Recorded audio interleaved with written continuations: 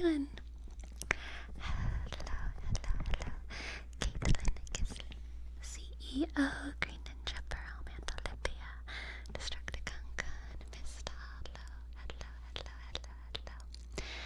Ayunyonahoxen. Hello, Buster. Hello, Crazy. Hi. What's up? How are y'all doing?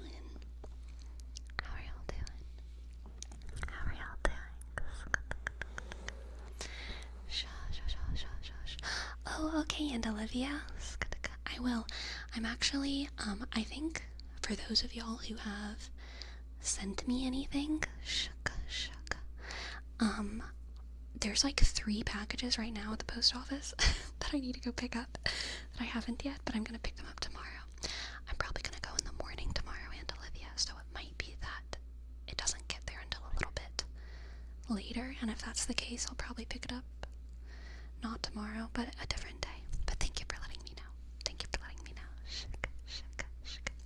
Is the volume a little low, Gisley? Is the volume a little bit low, everyone?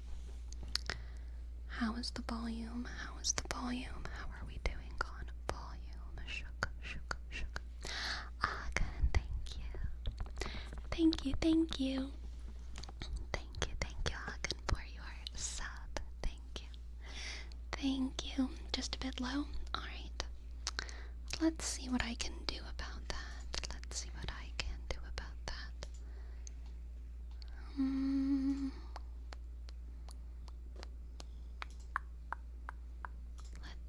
I know I can do something.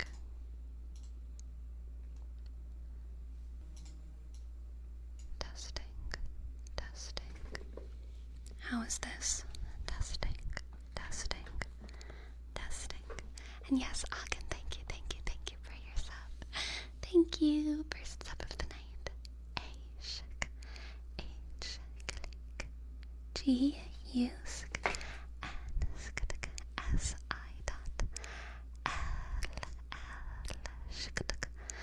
Y O. Thank you.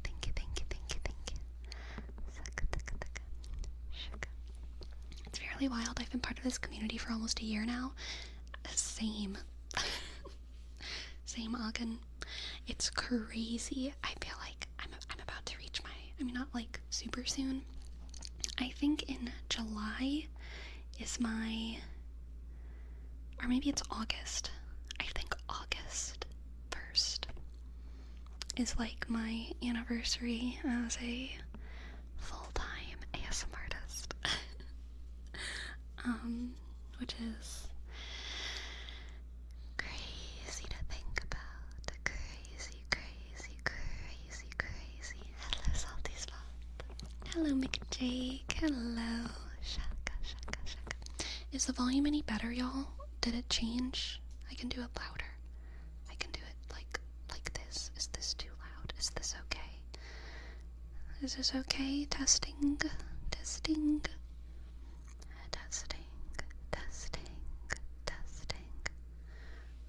Still good, CEO says. Am I doing anything? Can y'all hear a difference at all? Okay. Good? Okay.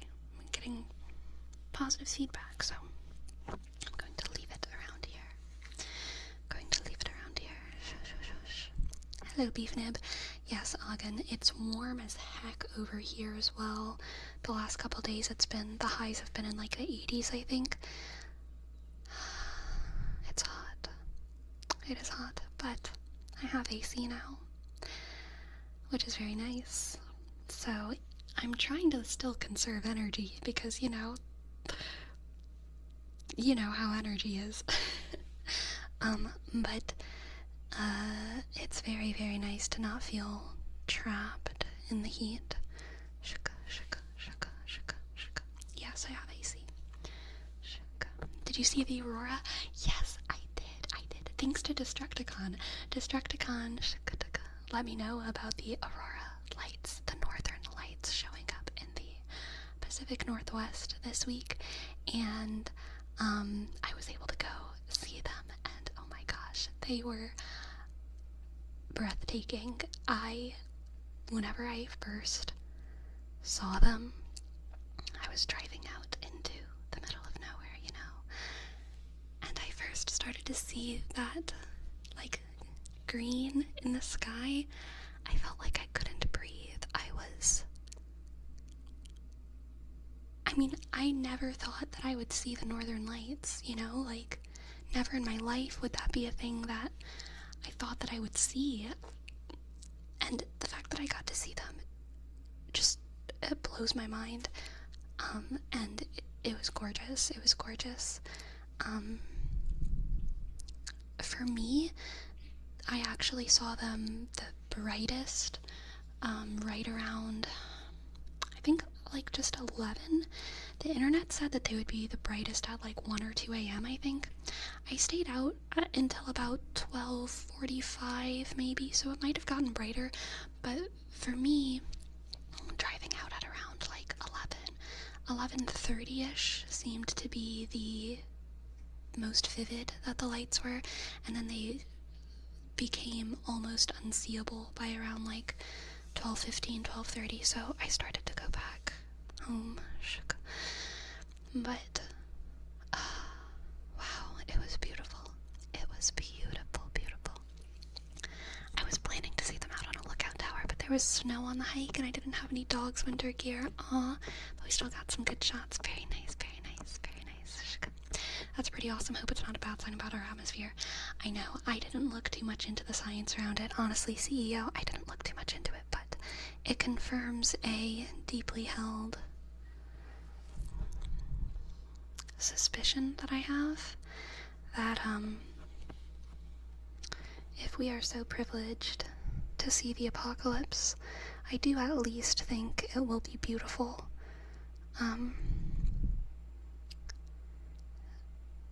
You know, if we must see the world end because of the climate disaster, I think there's going to be a lot of awe-inspiring sights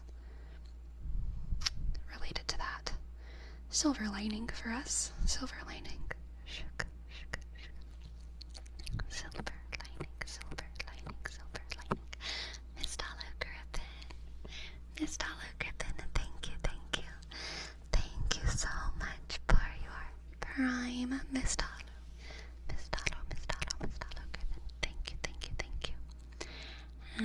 Shk, I, shk, S, D, shk, H, shk, O, shk, double L, shk, O, W, shk, G, shk, R, I, dot, F, shk, F, shk, I, dot, N.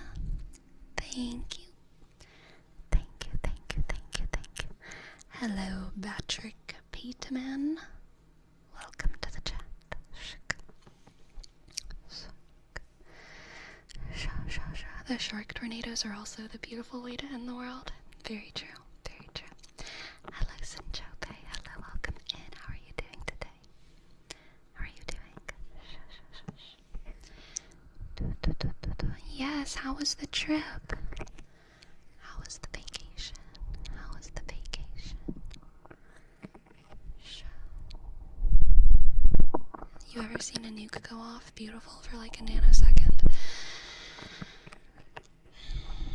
I mean, it's awe-inspiring. I don't know if beautiful is the right word, but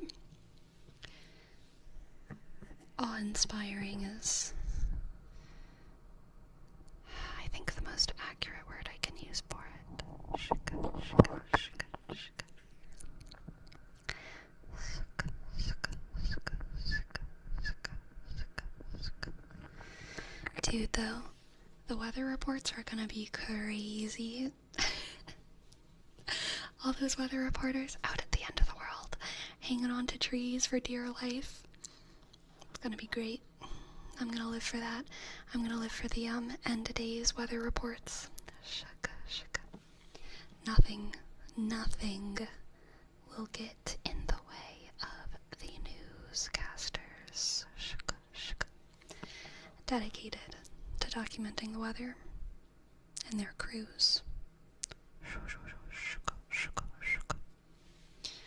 Sha, sha, sha, sha, sha, sha, sha, sha.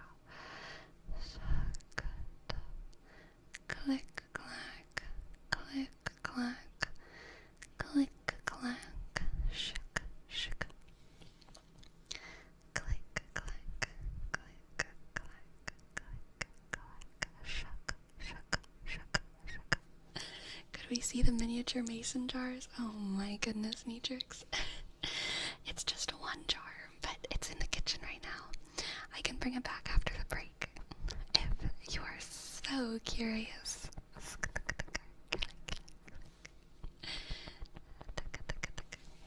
In my members only video this week, I talked about getting a miniature mason jar.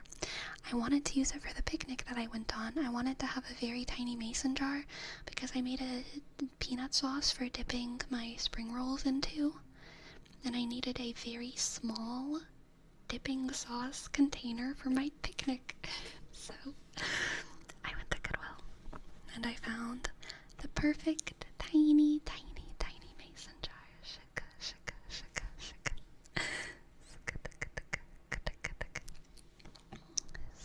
It was like 99 cents. Best find of my life.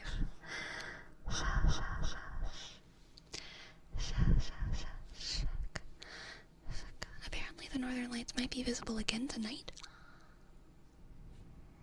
What? Why? Why are they doing it again? Cat, do you want to come up? You can come up if you want. You are a smart and strong cat. I know that you can do it. My cat's pretending she doesn't know how to climb onto a chair.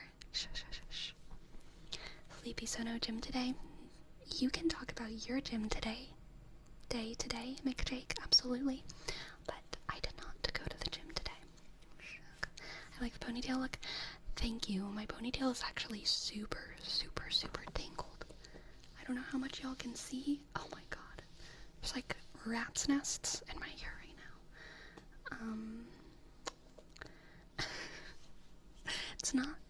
It's a little bit chaotic, but it's what I got today. It's what I got. I'm gonna help my cat to get up really quick, just a sec.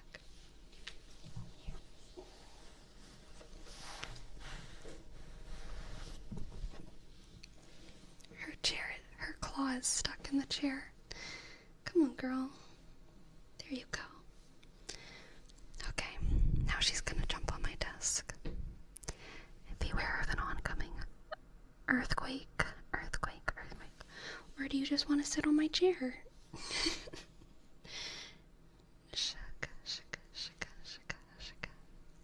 Did CEO learn how to climb the cap hole like a cat firefighter?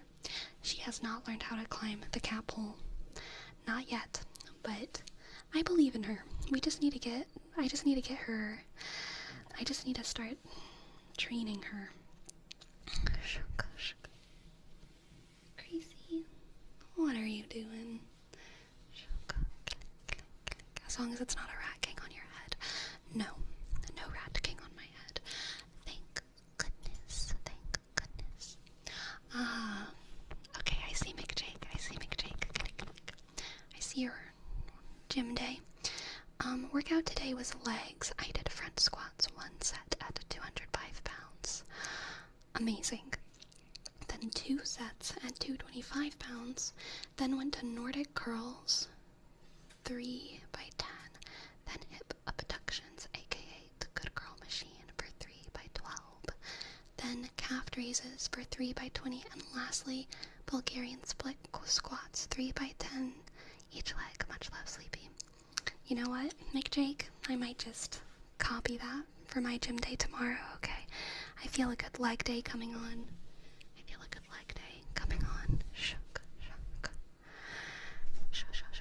I'm gonna skip the Nordic curls though, because I don't know what those are.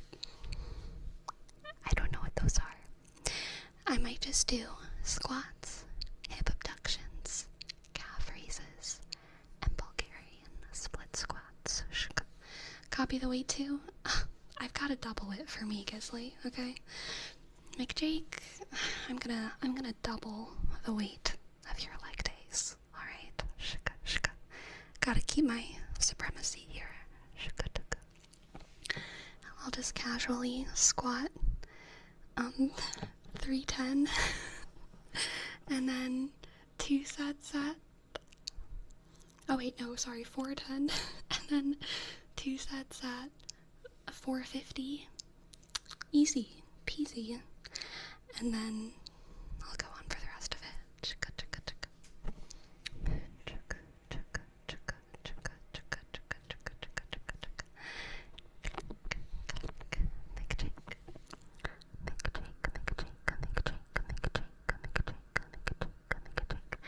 you're not gonna quadruple the weight. I would, but the gym just doesn't have weights that big for me. I've thought about going to like maybe the gyms near the Colosseum in Rome, because I hear that they have bigger weights, but I've really maxed out the weights at my gym. They ran out of heavy enough things for me. Whoopsie. Shush.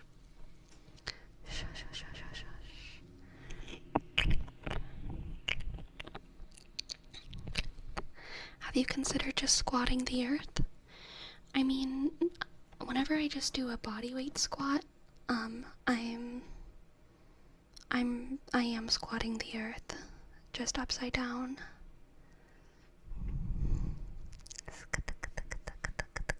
It's called an Australian squat. I'm doing an Australian squat of the earth, an Australian earth squat, Australian earth squat, Australian earth squat. If you haven't heard of that, then you haven't listened to as many podcasts as I have. You should try educating yourself a little bit more on bro science, actually, because if you haven't even heard of the Australian earth squat yet, then like, what are you doing? Literally, what are you doing? What are you doing?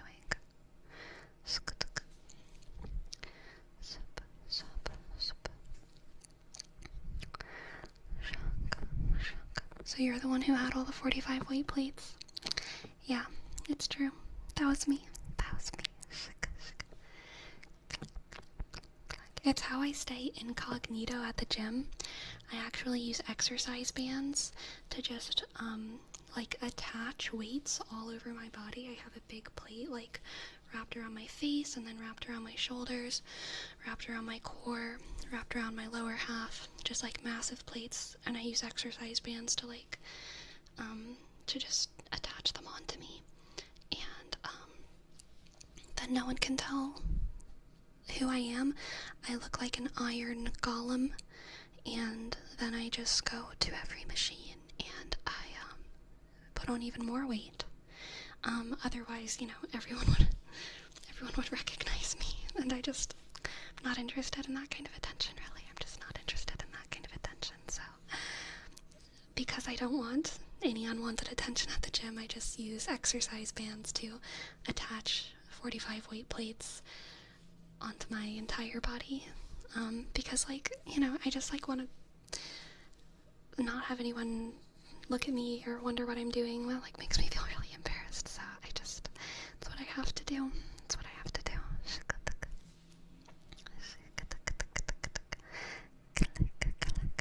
An iron golem from Minecraft? No, just an iron golem from the gym.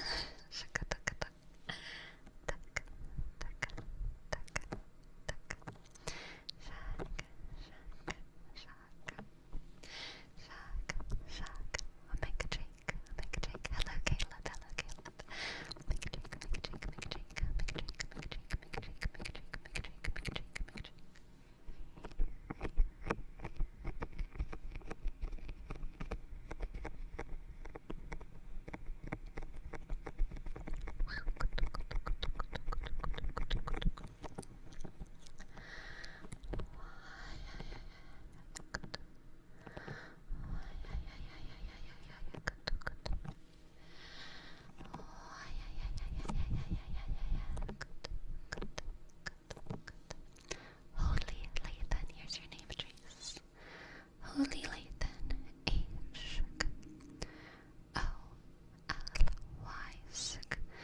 L-A-sk, T-sk, H-sk, A-sk, N-sk.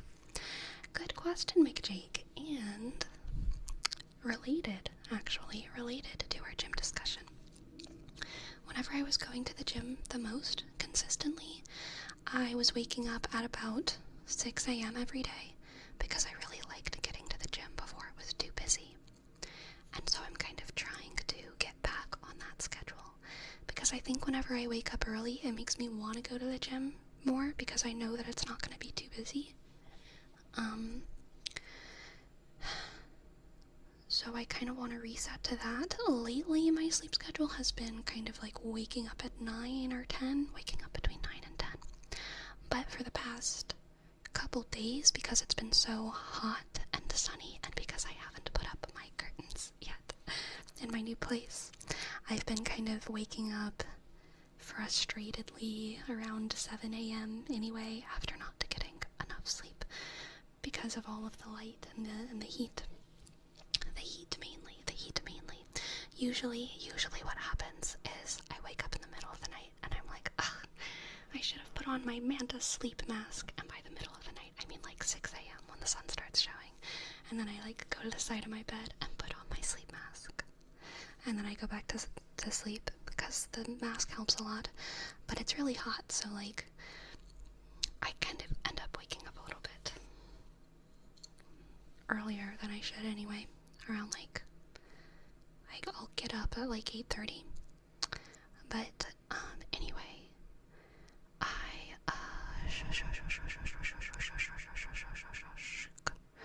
would like to start going to sleep again around like maybe 10 or 11, so I can wake up early and get to the gym. Do you sleep with a fan on? No, I actually really don't like white noise. I like ASMR, I like the sound of people talking, but white noise really disrupts my sleep. I don't like white noise at all, and fans, kind of make white noise. I don't like consistent of anything. Hello, Apollo the Bagel, Apollo the Bagel, Apollo the Bagel.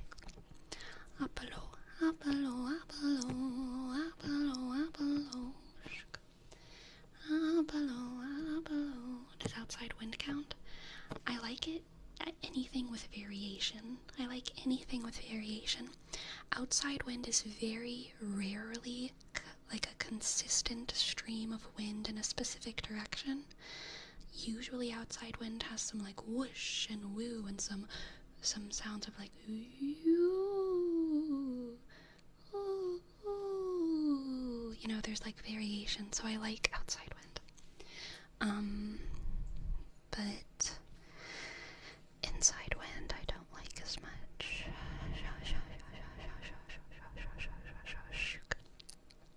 Sleeping in a fan, that sounds like a 3-hour ramble on the types of weather effects. Exactly. So ocean sounds are goated. I love the sound of the ocean, but it's interesting. I actually thought about this the last time I went to the beach. I love the sound of the ocean, but only when it's actually the ocean. Whenever I hear a video with ocean sounds, it like actually annoys me. Even if it's like very high quality audio, that really does sound like the ocean.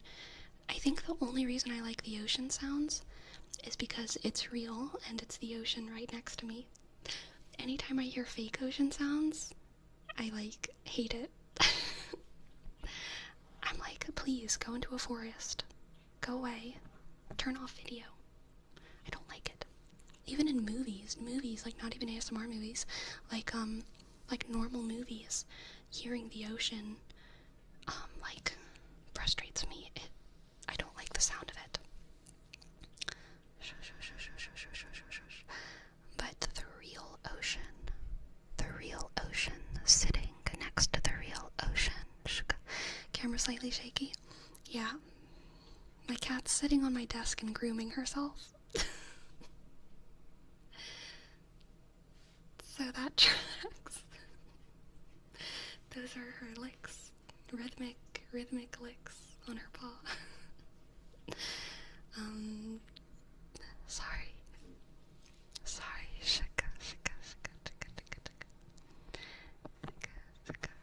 Yep, grooming the stream.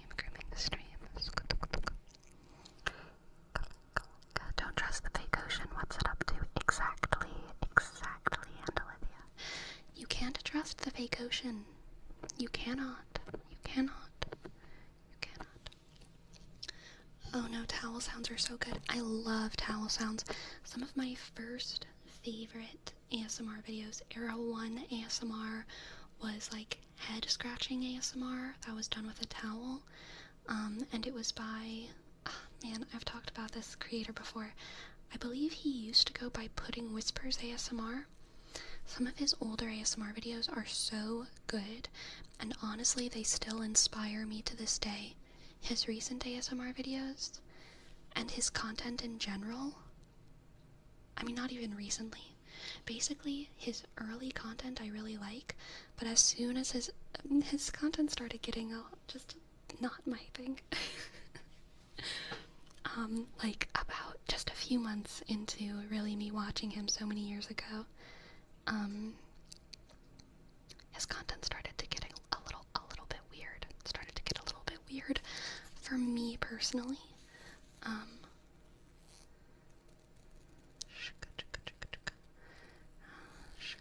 Not your thing in what way?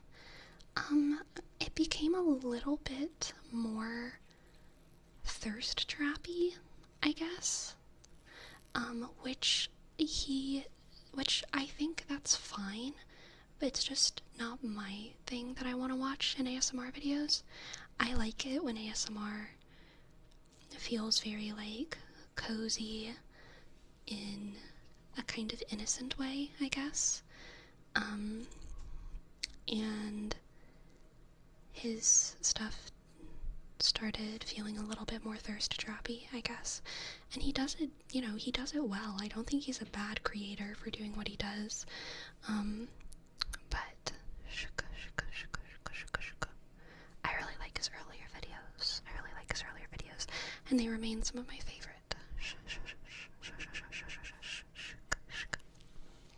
Sleepy, one more question. Got any good first date stories? Good first date as in good first dates, or good first date stories as in bad first dates? Which one?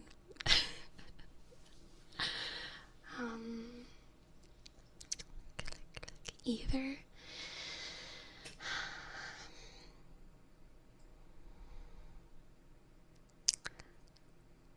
I can tell you my very first date ever, high school, which was a bad first date. It was my first date ever, of all dates, not just a first date with this person. My first formal date. Someone who was in the same year as me. I believe we were in 8th grade, so for the internationals, I think that's like 13 years old, 13. And he invited me to go to New Orleans with him around Christmas time. And, of course, his parents were driving, and also his little brother was in the car. And it was just hilariously awkward. The parents were, like, fighting in the front seat the whole time.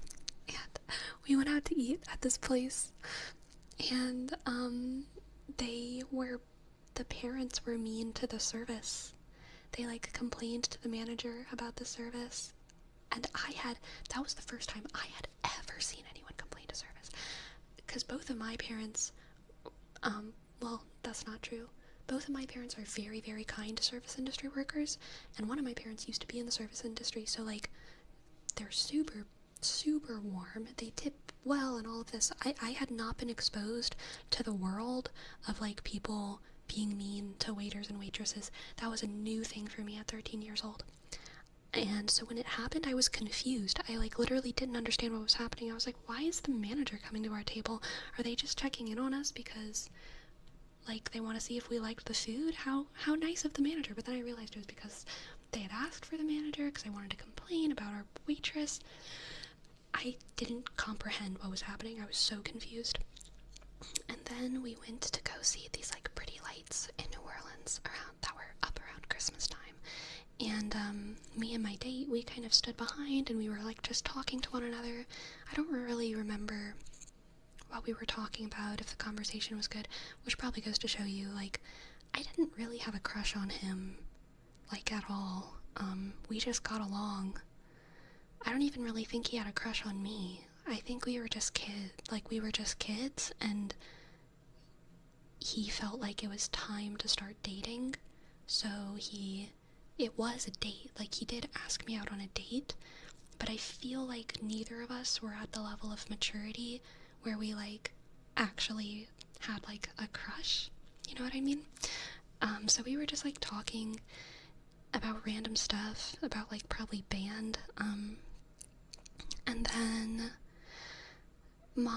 his mom got sick and kept complaining about being sick, which is fair, because, you know, you're sick. Like, I would complain too if I was sick, but the dad was, like, getting mad at her because she was complaining so much, and she was like, I just want to go home, and then they were like, okay.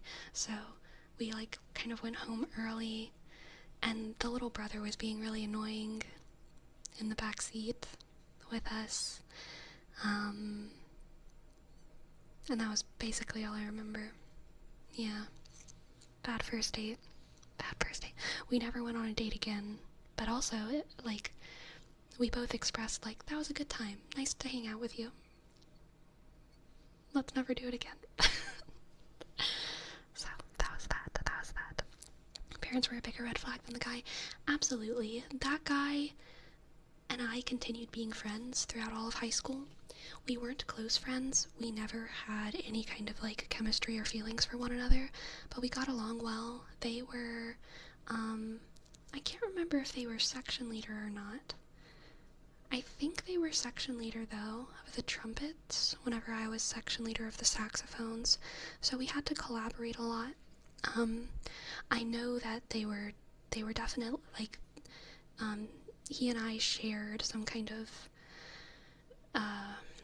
musical moments in jazz band together, because he was, like, the best trumpet player for a while, and I was the best saxophone player in jazz band, so, like, we didn't have, like, any formal duets, but there were, you know, entire band pieces where we would have kind of like a first year duet in the middle of it. So we continued to, like, work together great, and they were a very, very good friend, but I had absolutely no interest in him, and he had absolutely no interest in me. He dated other people, and that was good. It's good to have those people. His sense of humor was a little bit underdeveloped for me, I would say. I needed someone wittier. He didn't like my jokes. I would, like, talk to him, and he was always the kind of guy who would, like, kind of laugh at what I was saying, but he would just be like, are you high right now? And I was like, no. I'm just trying. I need banter, you know? I need banter, and, the banter wasn't there. He would just ask if I was high all the time.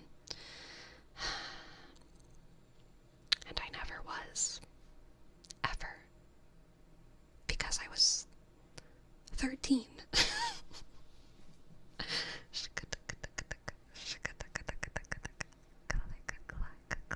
The brother was there too. Yeah, the brother was there. Gosh, even a movie would have been better.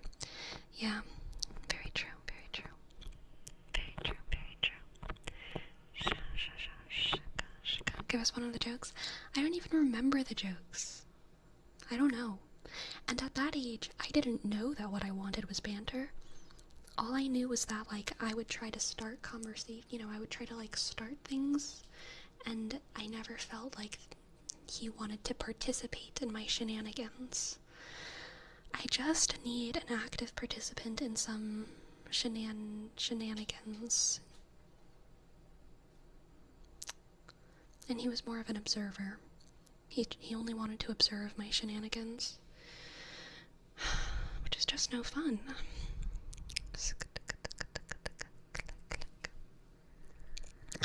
The high question is an uncreative response. Exactly. Robos. You need someone to yes and you. It's true. If you're partners, you need to commit to the bit 24/7. Yeah.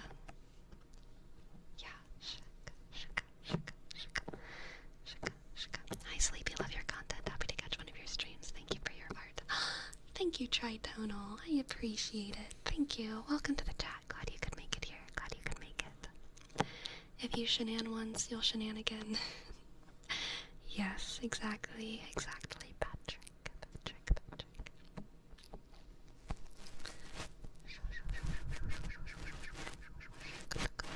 My cat is right below the camera.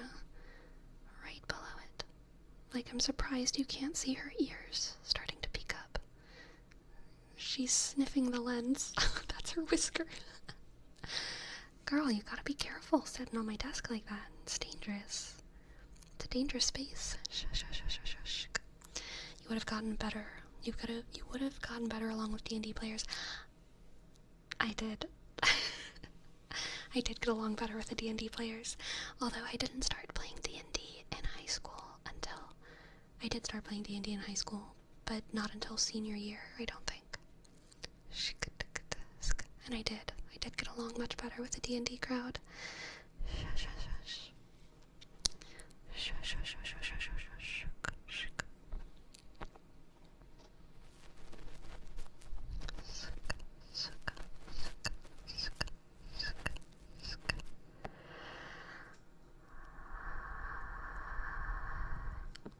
Who's better, D&Ders or LARPers?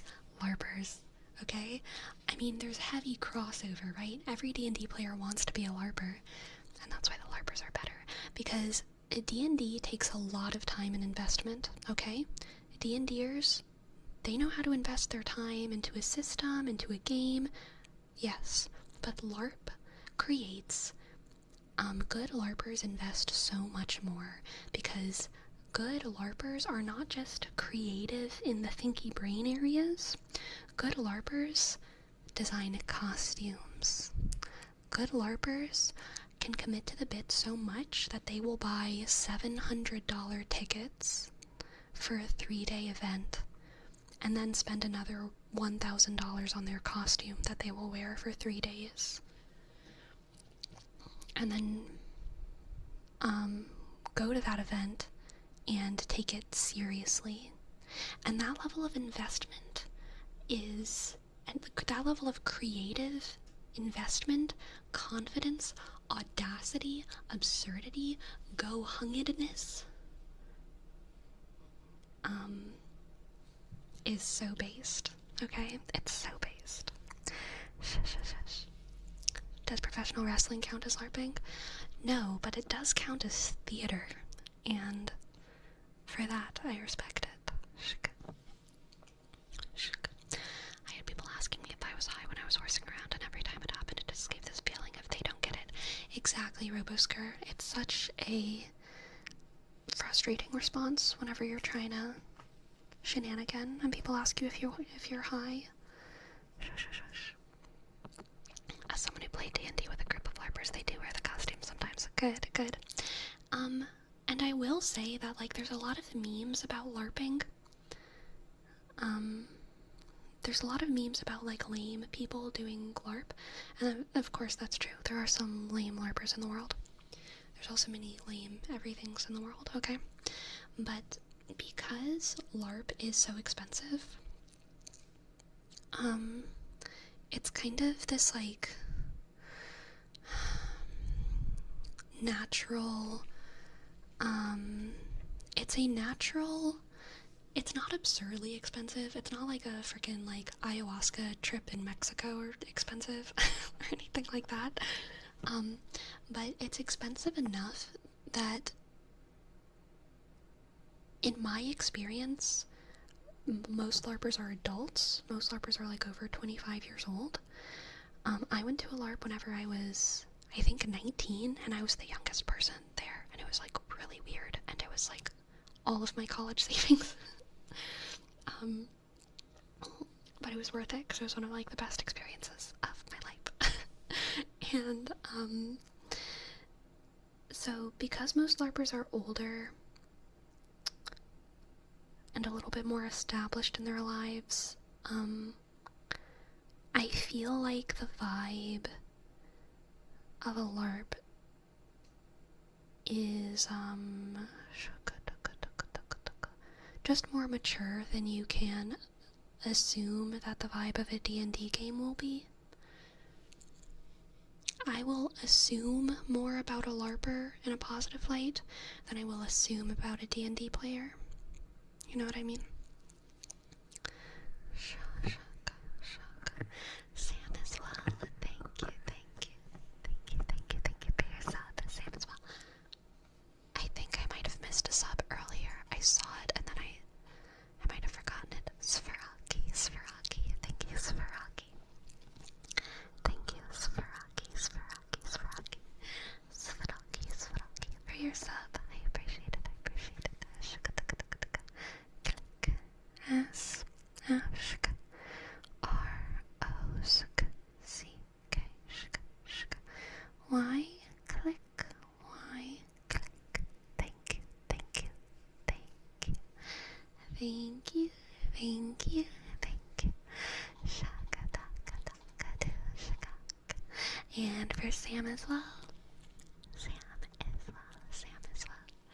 Thank you for your sub. Thank you. S-A-M click underscore I dot S underscore W shk E click double L. Thank you. And for Rome, thank you for your gifted sub. Rome. F shk A shk R click A shk O M. Thank you for Rome. Thank you.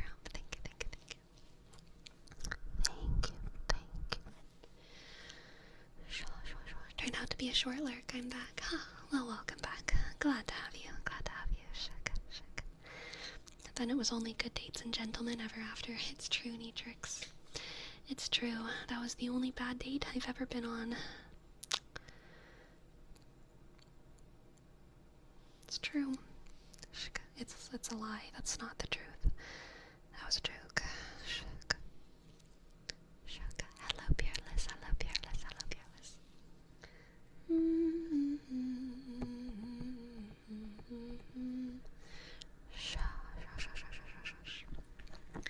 In a lot of ways, I wish LARP was more accessible to people, because I like the fact that LARP has a sort of natural gate-kept element to it.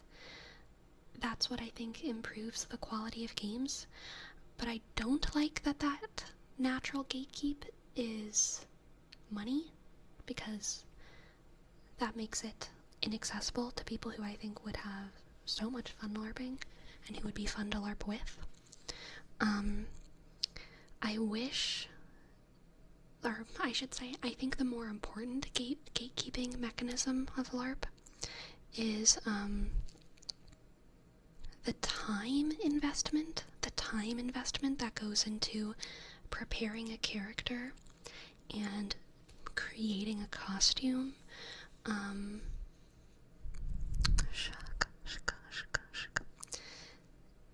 Because that goes such a long way.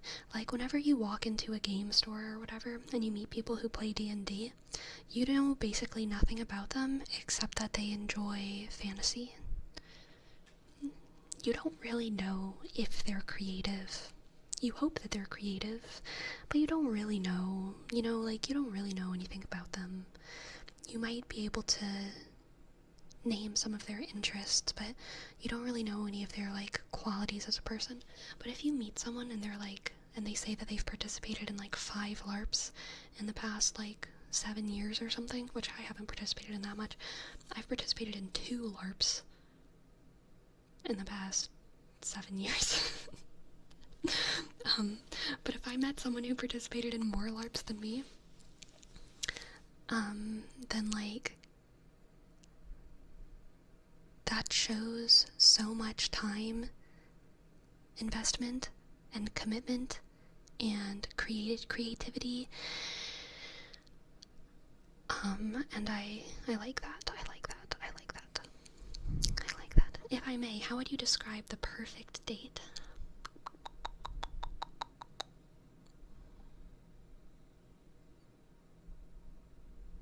I don't know. I mean, there's 1 million answers for that, so it's hard for me to say.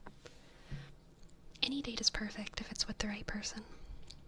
Any date is perfect if it's with the right person.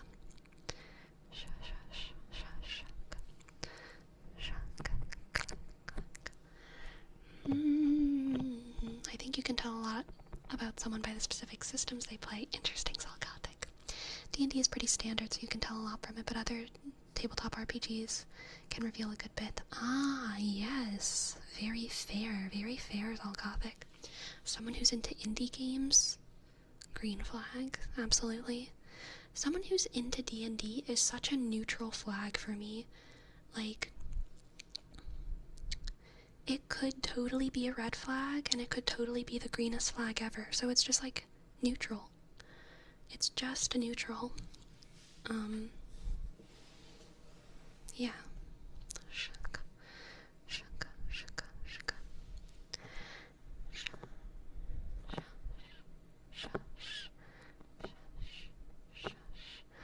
Shush. Sleepy, what's your flag for someone into WoW? Probably also neutral. A very strong neutral. Strong neutral. Yeah. Shaka, shaka. Shaka, shaka, shaka.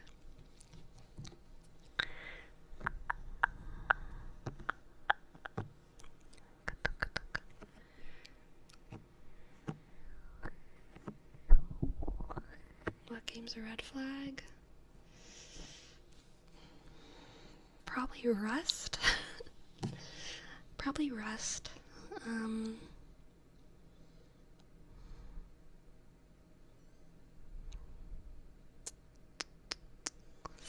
Yellow flag is, that one I can't think of. What's that one I can't think of? What's that video game, y'all? What's that video game? Destiny 2 neutral. But the one that I'm thinking of is that one that I can't think of. What's that one? No, not Elden Ring, not League, not Fortnite. Oh god, this is gonna frustrate me. It's, space. Space, explore space, you have a spaceship. And it's like really big. Galaxy, 1-to-1 galaxy. Someone, not Starfield, not StarCraft. Y'all don't know? The 1-to-1 model of our galaxy. Not No Man's Sky. Oh my god. Elite Dangerous. Thank you, Beef Nib. Yellow flag. Elite Dangerous. Because no one only plays like 100 hours of Elite Dangerous. If you play Elite Dangerous, I feel like you have like 3,000 to 4,000 hours in it, like at least, and that's why it's a yellow flag.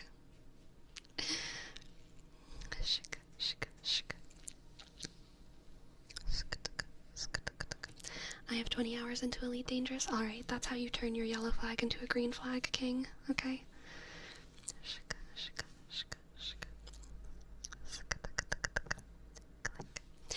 JD, thank you to Silent Wolf for JD's sub.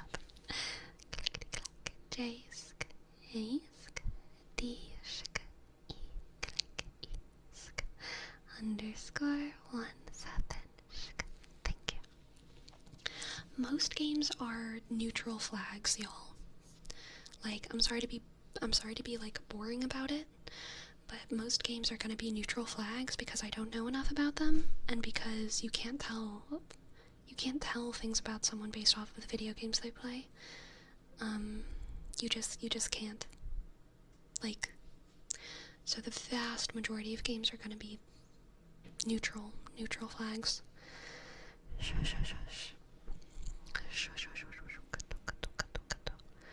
Why do I have so many viewers? What the heck?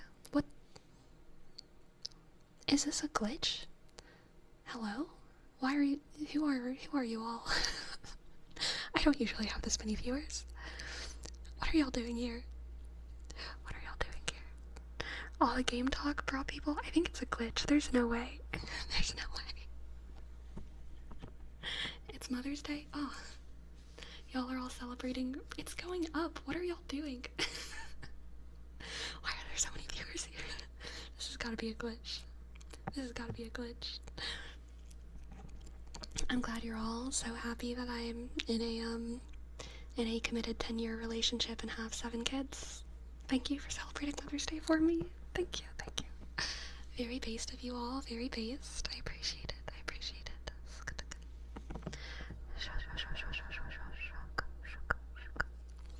We are a glitch, I guess so. Something wild. Something wild. Something wicked this way comes. Something wicked. You're top 3 in the category. Why? This is so weird. This is so weird. Quickly run an ad. No. Quick, keep talking about game red flags. Oh, okay, everything is a red flag. I don't know what's more, I actually don't know what's more provocative. Should I say that everything is a red flag or everything is a green flag? You know what I mean? Like, what will spark people's interest more? What's the strat here? If you play video games at all, red flag. You're gonna have to convince me that you're a good person. Oh my god. Red flag will always get more people interacting. Yeah, probably so. If you ever have fun, red flag. If you love your parents, red flag. If you like animals, red flag. If you think going outside on beautiful days is like a fun date idea, red flag, for real. Like, oh my god.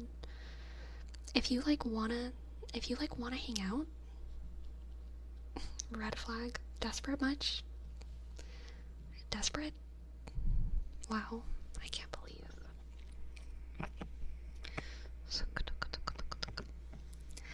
Clickety clack. Alright, we have a name trace for jean shorts. Jean shorts. J, click.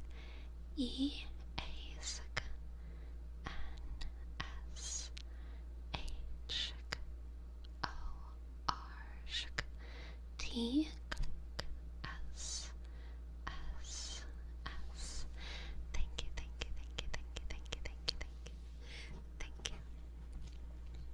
Let's do some ear cupping.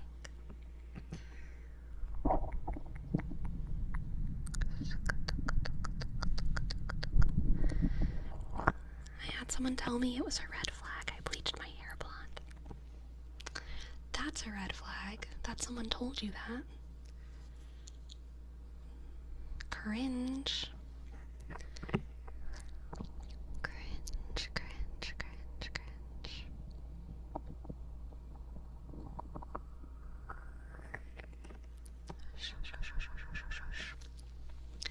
Canadian literal red flag. So true.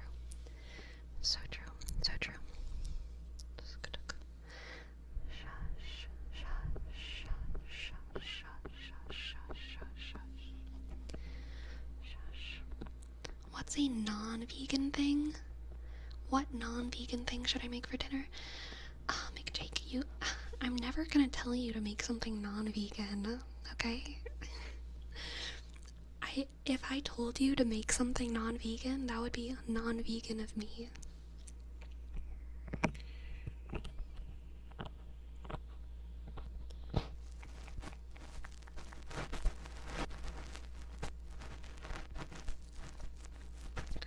Neatrix. Thank you. Thank you for your tip. It's so true, Neatrix. Kofi tips, green flag. Thank you so much, Neatrix. Thank you. Rawr.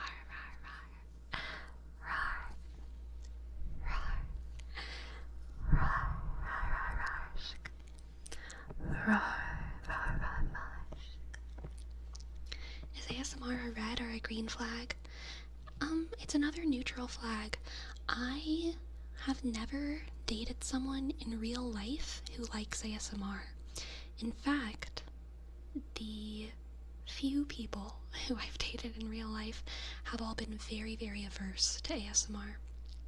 They have some sort of misophonia or sensitivity where they just really, really, really hate it.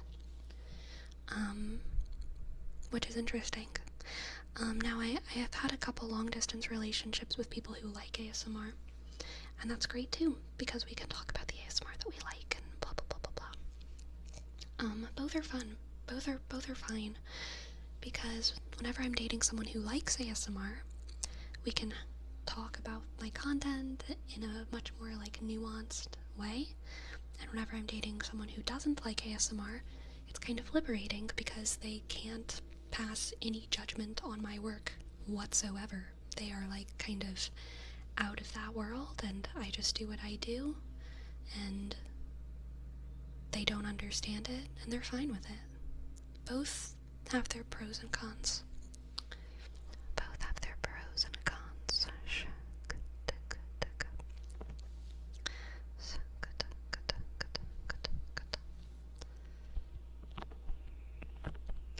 Why would they pass judgment? I feel like if someone passed judgment on my coding, that would be weird.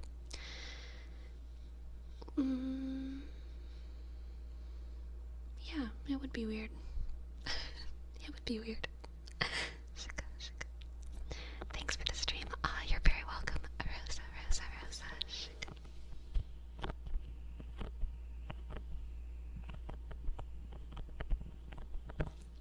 Agree, can imagine both having cons. Like one being too invested on your work while the other may be trying to avoid the topic. Yeah, well, I've never been with someone who wants to avoid the topic of ASMR. But yeah, it's more like they just really don't understand it, and sometimes that can be a little bit isolating, because it's I wish I could just talk about this thing without having to explain every little nuance. I wish you just already knew. You know what I mean? I wish you knew what I meant when I said tingles, or when I mentioned different creators that I like. So yeah, that can be kind of isolating, because obviously ASMR is such a massive part of my life. But I mean, yeah, on the flip side, being with someone who doesn't like ASMR is very freeing, because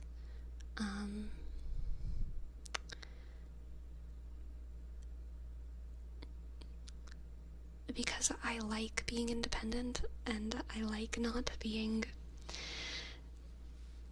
given advice unless I ask for it. And so yeah, that it can be nice. It's hard for me to explain why that's nice, but it is for me. It is nice. Have you had friends who love ASMR? Yes, I have.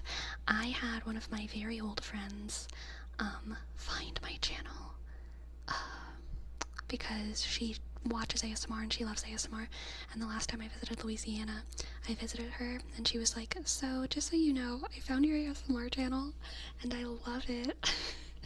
And I was like, cool, thanks, great.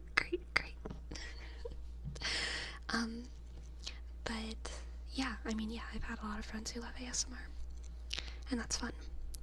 It's always fun to have people in my life who know about ASMR and I can talk about ASMR with, who aren't necessarily followers of my content. That's can be fun.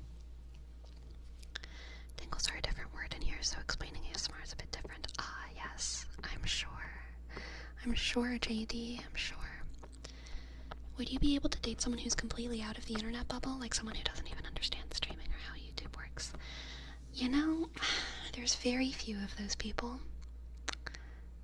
But I have not really dated. I wouldn't say I definitely wasn't in a relationship with this person, but I went on probably 2 actual dates with this person, and then I went on some other just friend dates with this person. But the friend dates did have some ambiguity to them, you know what I mean? So, like, it was a complicated situationship with this person. Labradorite crystal guy. This guy, I've talked about him before. He was supposedly a non-internet person until it became very clear that he was very into the internet. Until he was he was a hippie in aesthetic, which I love. I love hippies. I've gone through like my hippie phase as well. Sometimes I still like being a hippie. Just depends on my mood. But he kind of had this aesthetic and vibe to him of like being like a hippie, free spirit, new age spirituality, and that was really how our relationship initially formed. We were like spiritual buddies. I had 0 friends that were into any kind of spirituality. I'm very Catholic, and he was very into like new age Buddhism and stuff, and even though those are very different traditions, we were able to talk a lot about spiritual things together that other people in our like kind of secular bubble, we just couldn't have those kinds of deep conversations with them. And so that was, I loved having those conversations with him. He was a very good conversation partner when it came to spirituality. But he had a lot of red flags, which was why we never dated. But we did hang out, and for a while we were coworkers as well, which should never have happened. But it did happen. But because of that, we spent more time together. And where was this going? Oh yeah, so he kind of pretended to be this out of the internet person, but pretty slowly it became very clear that he was on the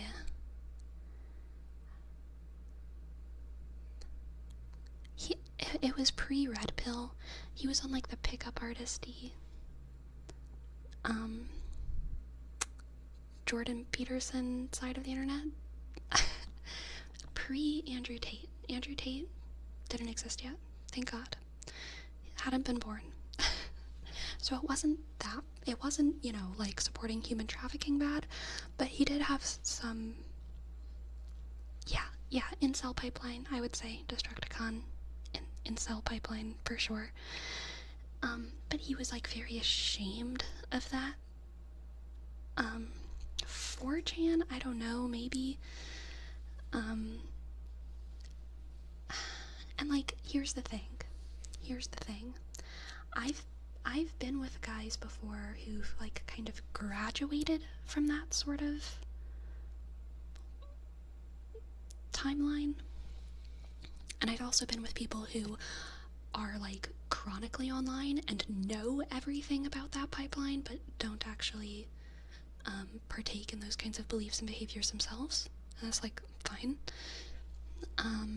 But he was like pretty opted in to a lot of that ideology, and then also into like new age spirituality Buddhism on the side.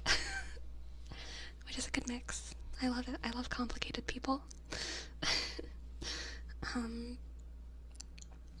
That's a weird combo. I feel like you'd be surprised. There's a lot of radical beliefs tend to be a very good foundation for other radical beliefs.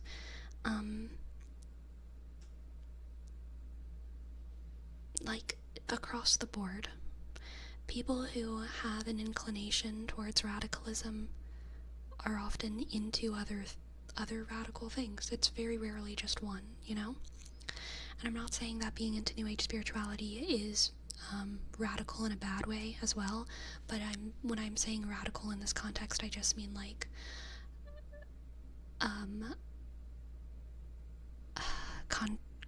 contrarian, I don't know, against the culture, anti-zeitgeist.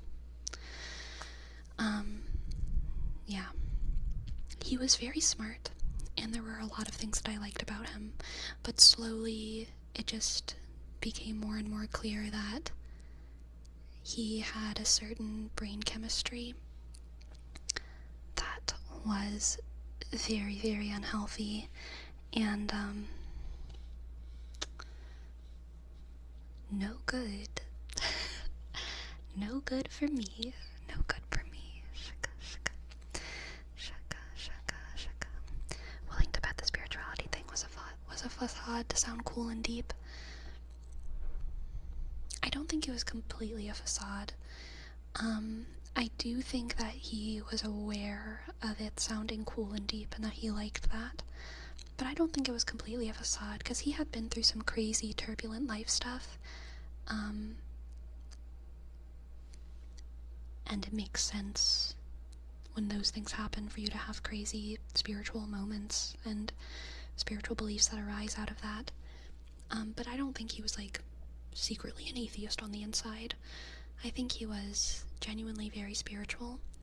But some people also, you know how they say that some people are religious because they can't handle the idea of, like, death, and they just, like, want to find something to be hopeful and happy about? That's true for some people, but that's definitely not, like, true for all spiritual people.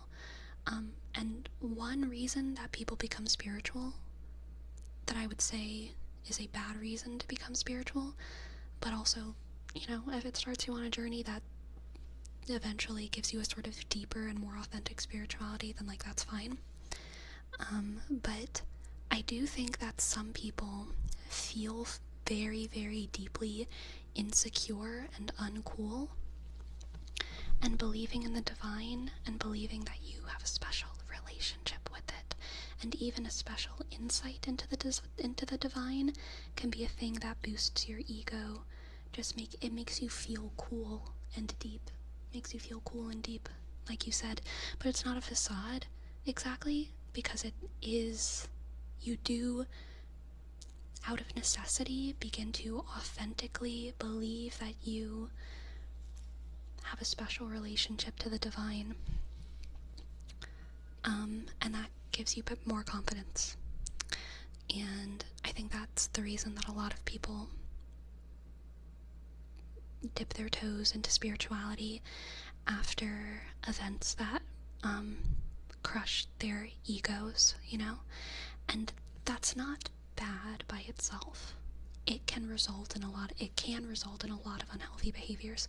But again, a lot of people take a first step into spirituality that can eventually evolve and mature into something deeper and more sincere and more authentic and more holistic, and that can be great. But yeah, that first step of spirituality is definitely clunky. It's definitely clunky for a lot of people. Shaka, shaka. Shaka, shaka, shaka. Shaka. I used to be so chronically online, it was insane. Yeah. I feel you. It's hard, like, you know, it's interesting being, like, a content creator, because in one way, like, sometimes I feel like, you know, I get to be chronically online. I'm allowed, right? But then other times I'm like, this is a problem. And I'm not as chronically online as I have been in the past.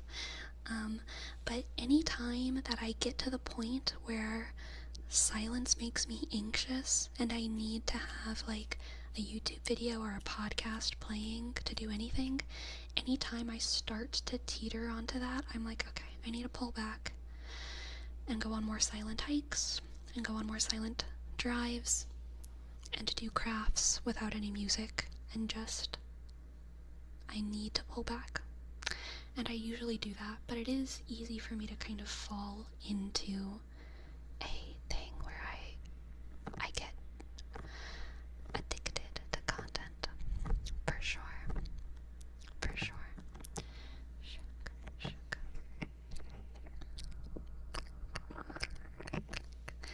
Nag the female until you reach enlightenment. Do not get attached to anyone. Just use them until you reach nirvana. It's so true, Destructicon. I don't want to dive in to the icky dirty details of the things that man said to me. So many of them are like laughable quotes that live in my head because they're so hilariously like fucked up. But I feel like it's I don't know if it's good to say. I just feel like I probably shouldn't. I feel like it's bad because I think he was just kind of going through some kind of combo of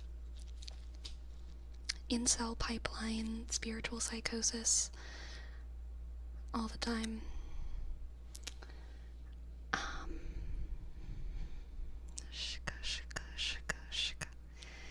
And it was weird. It was weird. Slowly you peel back the layers on that onion. Yeah.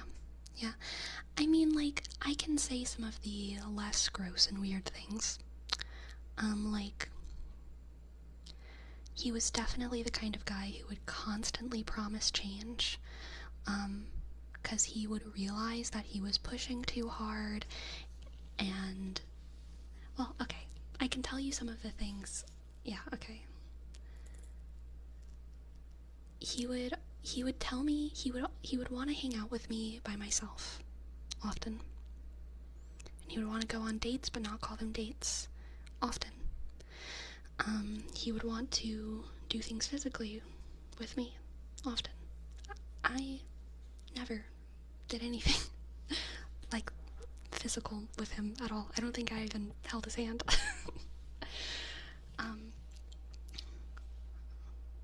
And he also told me,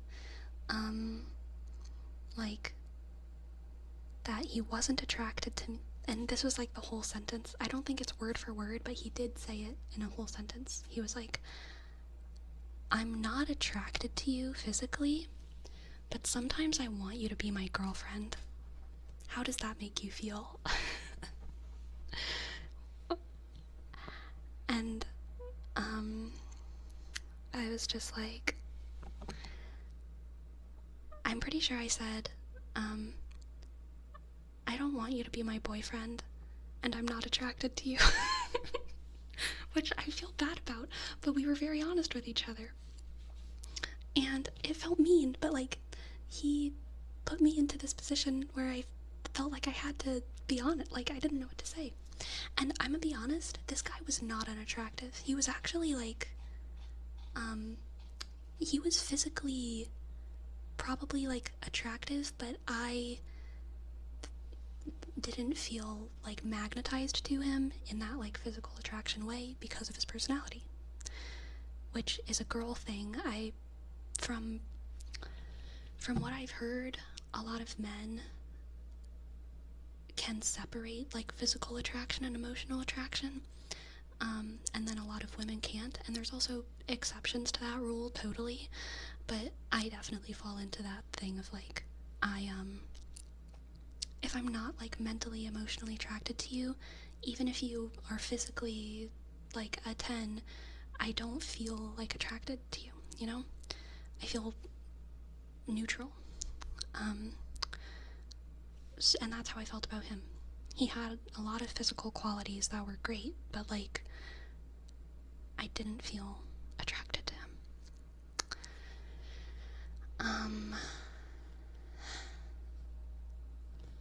But yeah, so he said that to me, and he said that to me when I was like in his car with him, so it was weird because I was like, you know, kind of trapped there. He was driving me back to my place after we hung out, and it was a strange situation.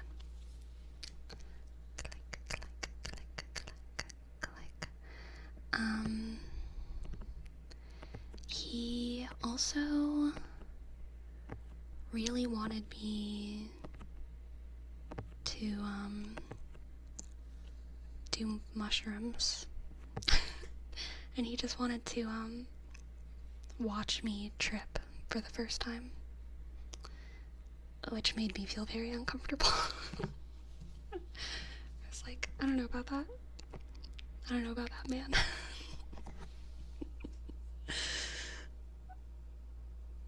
So that was like another red flag.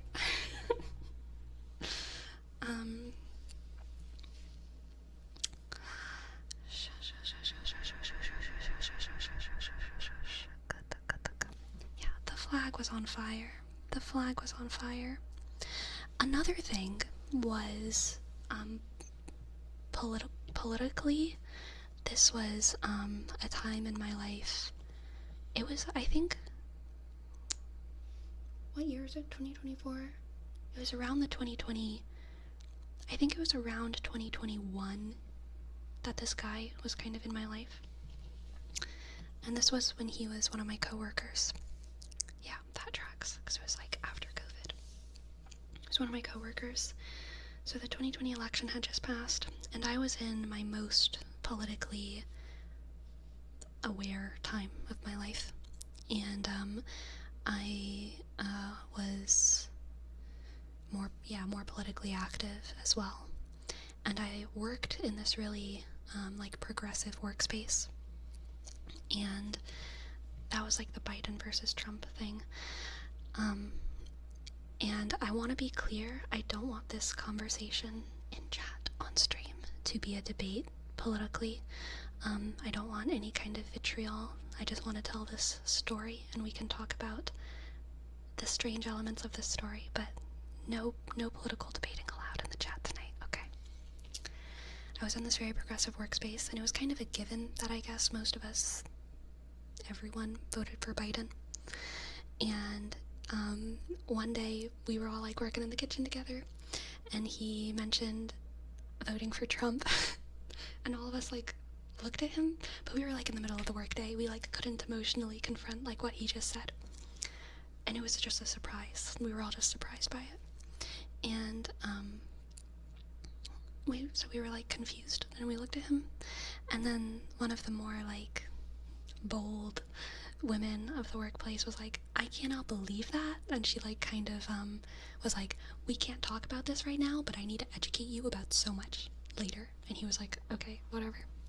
And I think she did like talk to him, try to educate him about politics later whenever they worked together.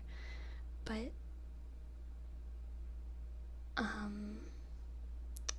he did this thing with me after that where he texted me that like he was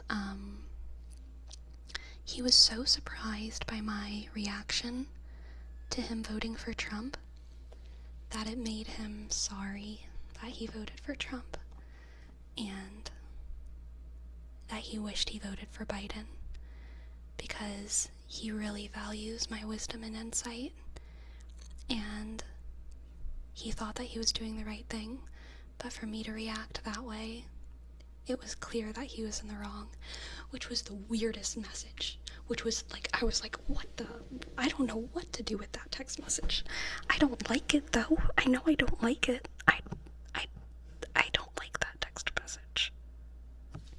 It put me in a really weird position. Cause like, what do I do with, like, I don't know, man. I was so confused.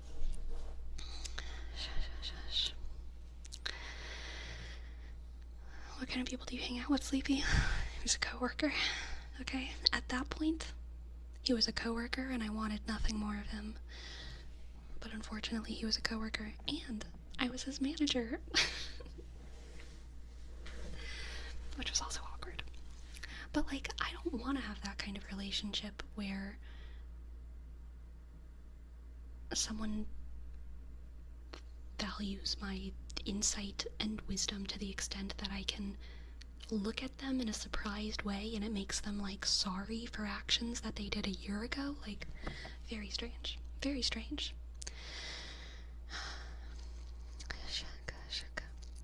Damn, bro needs to have some principles and keep them. Yeah, for sure, for sure. That's even more weird. Own your personal choices. Yeah, exactly. Or like, you know, don't own them, but like change them for a reason that makes sense. Not just that I looked at you weird. It's strange. Thank you, Ethan. I'm glad that you liked the pixie video. So another thing, whenever I said that he was the kind of guy who would promise change a lot, this is kind of what I mean.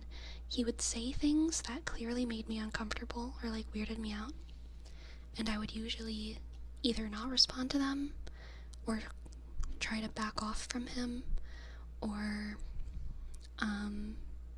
sometimes I would tell him to back off. I would be like, hey, I'm not interested in having this kind of conversation with you. I hope that you have that conversation maybe with someone else elsewhere, but I don't want to be the person who has that conversation with you. That kind of thing. And there were many different instances where he would just like say these things that were so weird. And then very consistently, like 2 or 3 weeks later, he would come to me and he would apologize for his behavior and promise that he would change, but he would never take ownership of what he did. He would always say that it was because he wasn't eating enough or exercising properly, which was another thing that made me believe he was in that bro science incel pipeline echo chamber. Because he would come to me and he would be like, I'm starting this new thing where I walk 6 miles every morning, and because I haven't been doing that in the past, that's why I've been really weird to you. I recognize now that I've been really weird to you. I promise I'm gonna walk 6 miles every morning now, and I will be great. I will be great, and we could be great friends if you wanted to still have me as a friend. By the way, I'm not attracted to you, but I would like it if you were my girlfriend.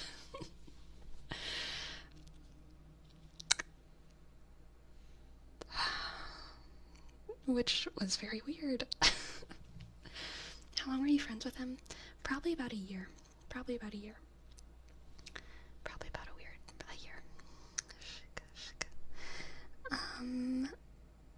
Hilariously though, I did stop talking to him completely eventually, and he stopped working.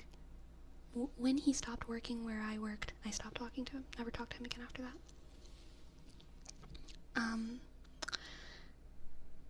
Until, well, I still haven't talked to him, but then he emailed me like just a couple months ago.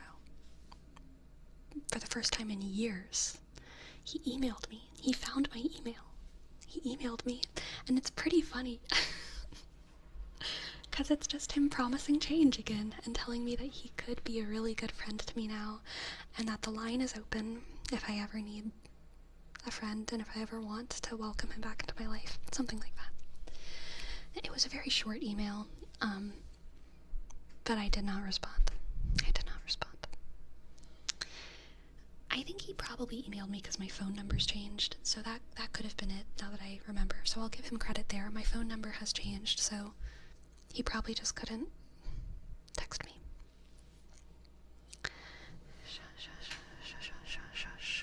It was my personal email, Destructicon. How long did it take for him to quit after you told him you did not want to be his girlfriend? Oh, a long time. The girlfriend comment happened much before very long time much before he quit.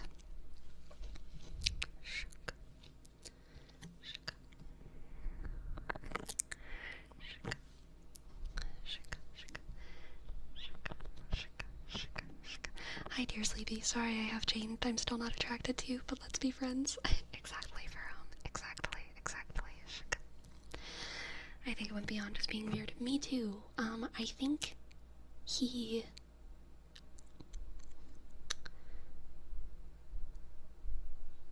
I don't know what he needed.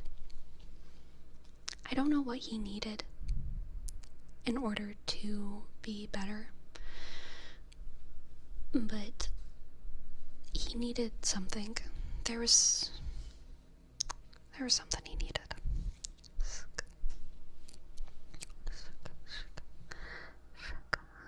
Somehow I hear better the right side of the stream than the left one. The right one is louder. Interesting. The right one is this side, right. Left. Right. Interesting.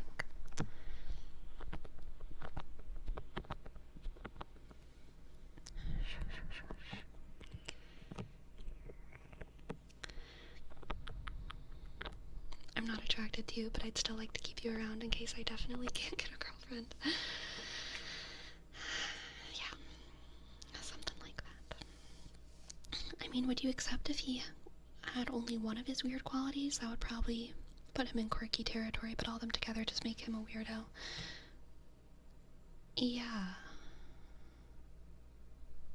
Yeah, I would totally accept him. Because again, like, not all of his weird qualities were bad ones. But his bad qualities definitely outweighed the good ones. Another thing that I didn't like that he did was he called one of my coworkers and asked her how I felt about him.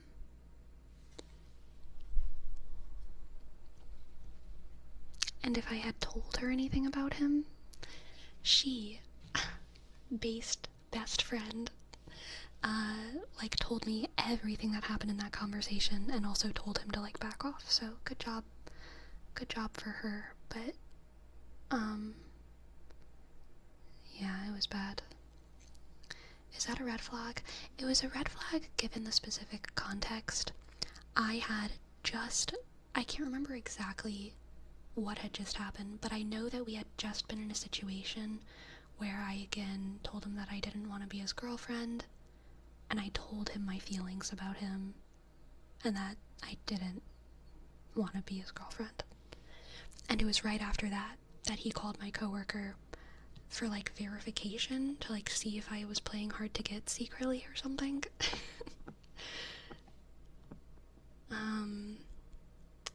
So yeah. It felt very much like he's completely tone deaf. Like, he did not understand that, when I said no, I meant no, and he never felt physically dangerous or anything like that, but, communication was like talking to a brick wall, you know? Not good. What made you stay friends with them? Was it mainly the job? Yeah, it was mainly the job. Absolutely mainly the job. Yeah. There were times as well when I knew I had the ability to fire him, basically, but it felt like such an abuse of power for me to do that.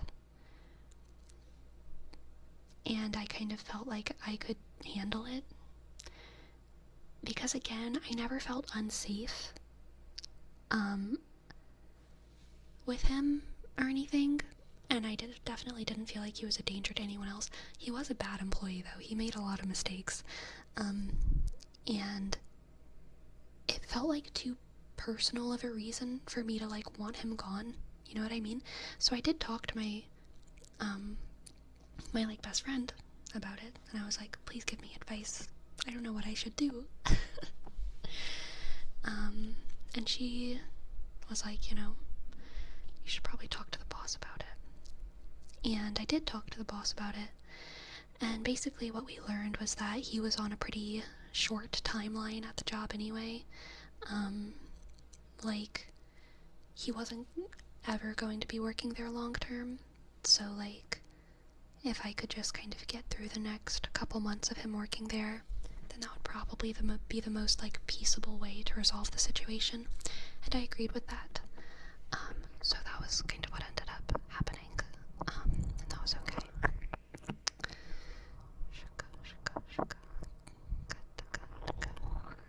But how did you feel about the fact you were also his manager? Do you feel like you'd be able to actually date someone who works below you? To me, it would feel like a weird situation. I could definitely be a coworker with someone. I don't know. I think it depends on the job. It depends on the job too much. I don't know.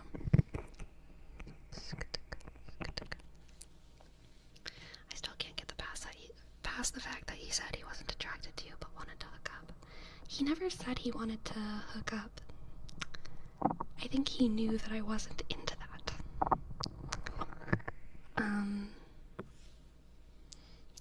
He did say some wacky things, though.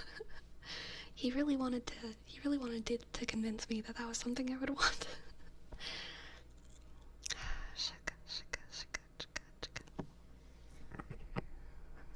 He didn't say it, but he wanted to. Yeah, I mean, like, he was definitely the type of guy who, like, tries to convince women that if they don't want to be sexual with them, it's probably because they have a lot of trauma that they need to work through, and that he could really help them work through that trauma if we were more willing. It's just the trauma that made me not want to do that with them. Clearly. You know. A little bit of gaslighting. Yeah, some kindly gaslighting from a tall man. It's really what we all need. Ah, yes, the intimacy guru. Exactly. Did he seem misogynistic? Misogyny is complicated and not one-dimensional, you know? In the way that a lot of religious and spiritual people do, he seemed to kind of glorify women a lot. He was not a, like, red pill misogynist. He didn't, like, feel like all women were, like, thoughts and couldn't be trusted and blah blah blah blah blah. He put women on a pedestal. He really, like, loved beautiful women and, like, women who he saw as pure and spiritually in line and blah blah blah blah blah. So I don't know, he was that kind of misogynist. He wasn't the kind of misogynist who thought women were stupid or unable to do things. He clearly believed that, like, women were capable and smart and good. So, like, I don't think that he thought of women as less, but I do think that he thought of women as,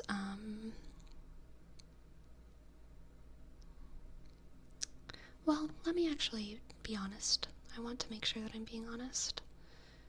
I do not think he was a misogynist. I think he was a hippie when it came to his views of men and women. He had very, like, humans are of the earth. Women and men are two sides of the same coin, and we'd all be happier if none of us did makeup or shaved our legs.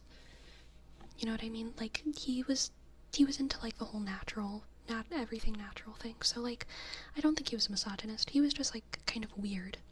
He was just weird.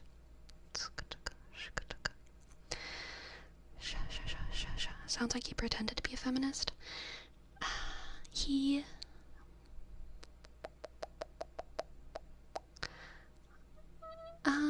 wouldn't have wanted to pretend to be a feminist because he didn't like, you know, the left or feminism or anything like that. He wasn't, like, pro any of that. He was more conservative, but, like, a hippie conservative.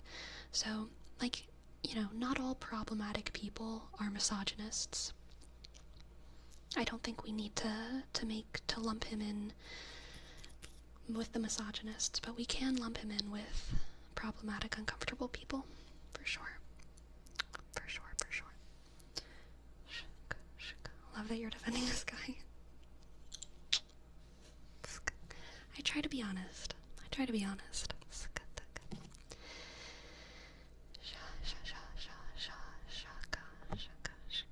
Not a misogynist, just a narcissist.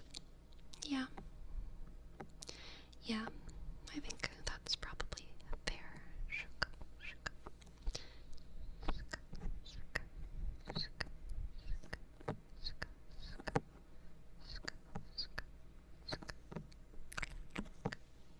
Sometimes people act in weird ways because they're ignorant, not bad people. Yeah, so it kind of seems more like recognizing the weirdness rather than defending.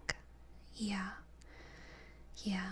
I think he had, like, a very, very sheltered upbringing.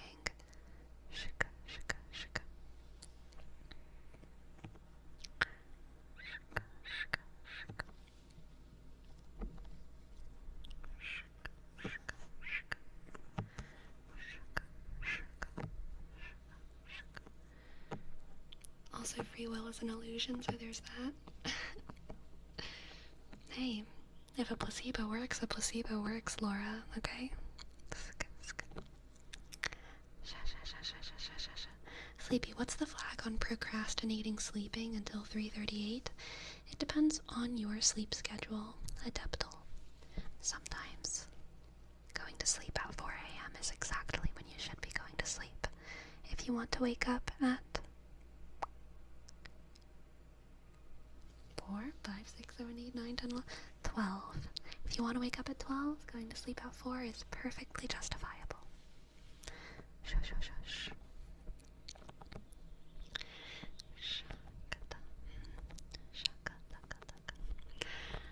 What a beautiful sentiment today. Welcome to the chat.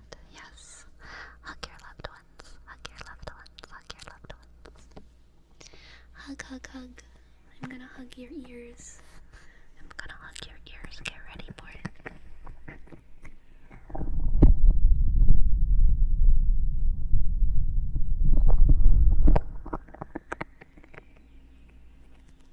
Hug, hug, hug, hug, hug. Hug, hug, hug, hug, hug, hug, hug. Shush. Mad Dog Wade, thank you for your prime.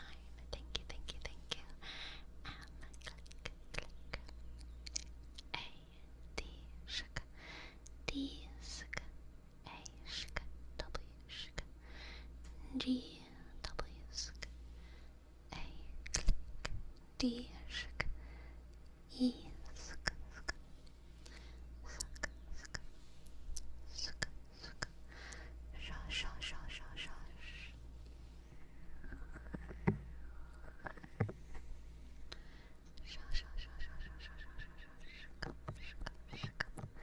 Adaptal. Did I ever do your name trace?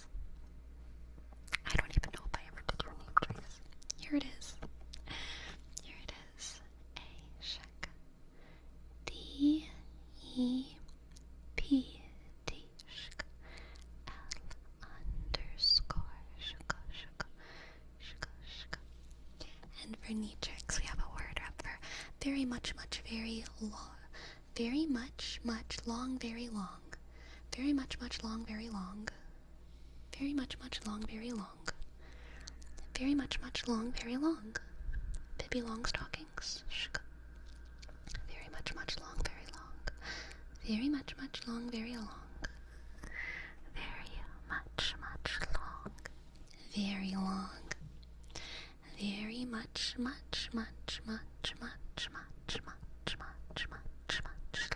Very long.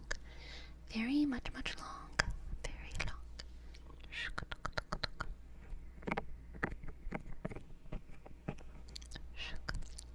And Sebastian. Thank you, Sebastian. Thank you, Sebastian, for your sub. Thank you, thank you, thank you, thank you. Thank you, thank you, thank you. And Soda Planta, thank you for your sub as well. Sorry. Sorry for not seeing it. Thank you, Soda Planta. Thank you, Soda Planta and Sebastian. Soda, S-O-D, click, A, shk, P, sk, L, A, sk, N, D, sk, A, shk. Thank you, Soda Planta. My cat literally just barked in her sleep. It sounded like a ruff. She's sleeping in front of me right now, and she just did like a bruff. Like in her sleep. I've never seen her make that noise before. It was strange. Sebastian, here's your name trace. S-E, click, B, shk, A, S, Q, sk, U, click, I, dot, N. Thank you. Gracie forgot the cat? I think so. JD. I think Gracie forgot the cat.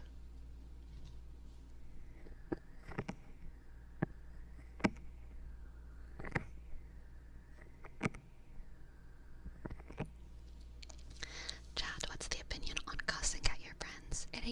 It ain't out to jizz hatred, but my manager was mortified when I capped my maid a see ya Tuesday. I don't understand that message, Dominix, but I think cussing at your friends is probably fine. You know what I don't like, though? You know what I have a deep, deep, deep dislike for? I don't like it when people mock people. I don't think it's reasonable. I think it's based in seeing, whenever I was a kid, I watched people mock people, and it planted a seed in my head that made me hate it, so I don't think that this is reasonable. I think this is just, like, my psychology. But I'm okay with people teasing people. Sometimes it's reasonable to tease people. Sometimes it's reasonable to joke with people.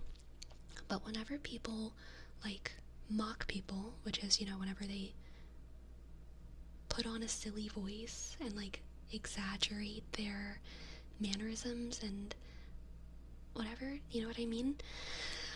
That specific behavior, like, makes me feel so bad. I hate it whenever I watch people be mocked. I don't even like it in YouTube videos whenever someone, like, mocks someone else, or whenever people mock politicians, even if I also hate the politician, even if I also hate the person that they're mocking. I really, really hate it when people mock others, and it's hard for me to know exactly why my hate for that runs so deep. But man, I think, to me, whenever I watch someone mock someone else, I read it as, like, as verbally extreme of an action as, like, punching a wall. Like, it really feels like punching a wall to me. Whenever I watch someone, like, punch a wall out of anger, I'm like, okay, next step is punching them in the face. Whenever I watch someone mock someone else, even if that other person isn't present, I truly read it the same way. I feel like, okay, next step is punching them in the face. Like, and I don't know why. I've never seen someone punch someone in the face out of, like, rage or anger in my life, thank God. I've watched people do, like, fights, but never, like, pure heat of the moment rage punching someone in the face. I'm privileged to have never seen such a vile act. But, mocking, whenever I watch people mock other people, it feels violent to me. And, like, I hate it. I hate it. I hate it. That's pretty aggressive. I feel like it ultimately depends on context, no? Well, again, there's a difference between mimicking someone, teasing someone, for me. Like, if I were to, like, kind of,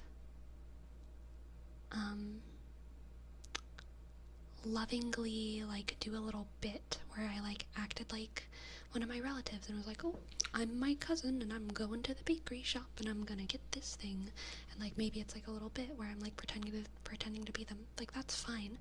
But if I decided to say, like, so let's say my cousin said something ludicrous, like, I love ASMR. Let's say my cousin said that, and I thought it was very cringe, because they're my cousin, and everything they say is so cringe. If I were to talk about that moment, and then, I don't even like to do it. I'm not gonna do it full out, because I hate it so much. But if I were to tell that story, and then say that my cousin said, ASMR is so cool, oh my god. Like, that kind of behavior, where you, like,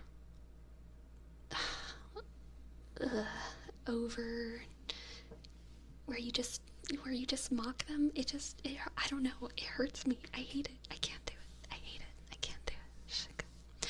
Dolly Joel, thank you. Thank you so much for your $3 tip. Not even for teasing friends. There can be lighthearted teasing. I'm specifically talking about mocking, which is always quoting. It's usually an inaccurate quote, but it's always, like, pretending to be the person, putting on an exaggerated voice. That specific behavior, pretending to be someone, highly exaggerating it, usually for a short-term thing, not, like, pretending to be them and teasing them for, like, 5 paragraphs. That would not be mocking, usually. I mean, it could be, but usually it's like you throw out a random insulting quote that you misquote it and you do a weird voice. That very specific activity is something that I cannot stand. Dolly Joel, what can I read for you? What can I read for you? Dolly Joel, Dolly Joel, Dolly Joel, Dolly Joel. And Little Hamlet, thank you for your prime. Thank you for your prime as well. Thank you. Thank you, Little Hamlet. L-I-shk. Tishk. Tishk. L-isk. Underscore. H-shk. A-sk. M. L-E-shk. Tishk. Thank you, thank you, thank you. A disrespectful caricature. Yeah. Caricature, caricature, caricature. Exactly, exactly. I can't stand that. But I also know that it's not always mean-spirited. But I don't care. I just hate it anyway. Even if it... I don't know why. I just hate it. I hate it so much.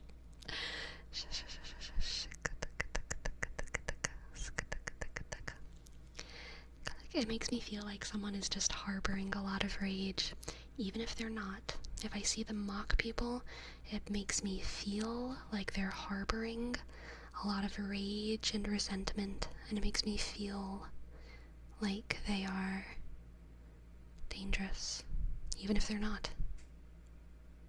Which I know means that it's an unreasonable fear. But I don't care. I'm just talking about myself.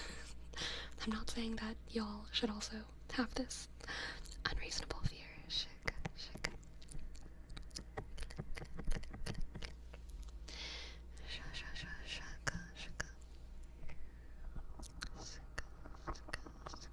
What are signs of harbored rage? Mocking people. Mocking people.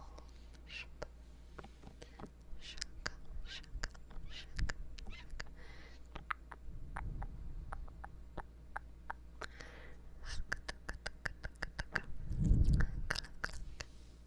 I harbor a lot of rage, but I also don't mock people. Interesting. Interesting.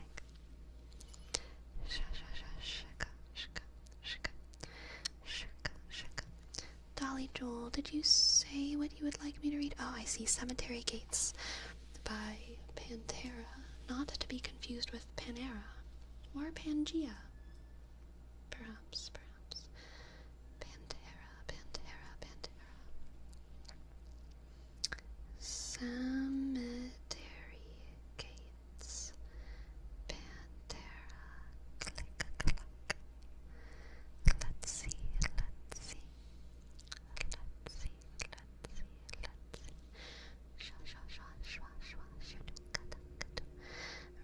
Reverend, is this some conspiracy? Crucified for no sins, an image beneath me, lost within our plans for life, it all seems so unreal.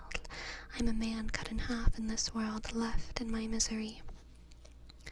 Reverend, he turned to me, without a tear in his eyes, nothing new for him to see. If I didn't ask him why, I will remember the love our souls had sworn to make. Now I watch the falling rain. All my mind can see now is your... Well, I guess you took my youth and gave it all away like the birth of a newfound joy. This love would end in rage. And when she died, I couldn't cry.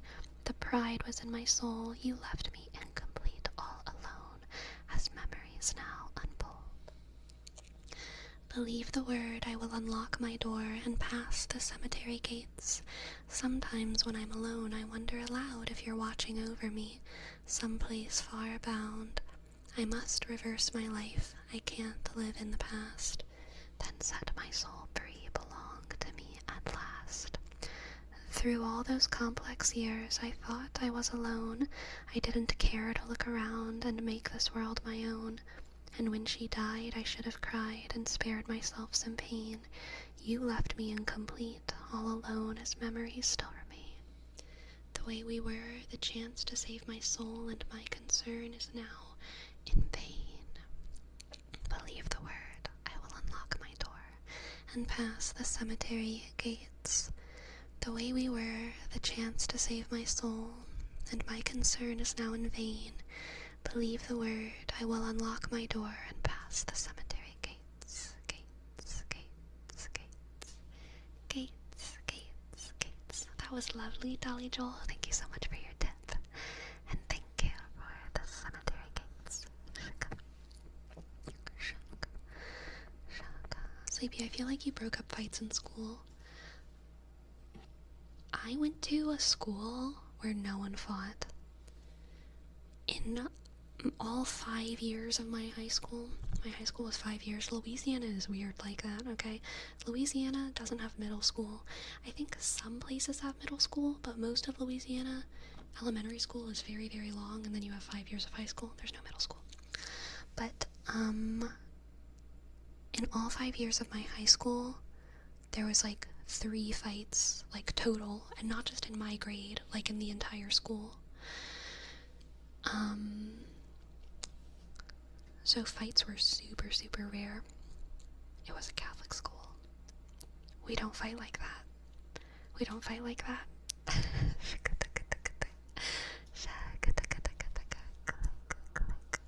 Little Hamlet, a little Hamlet, a little Hamlet, a little Hamlet.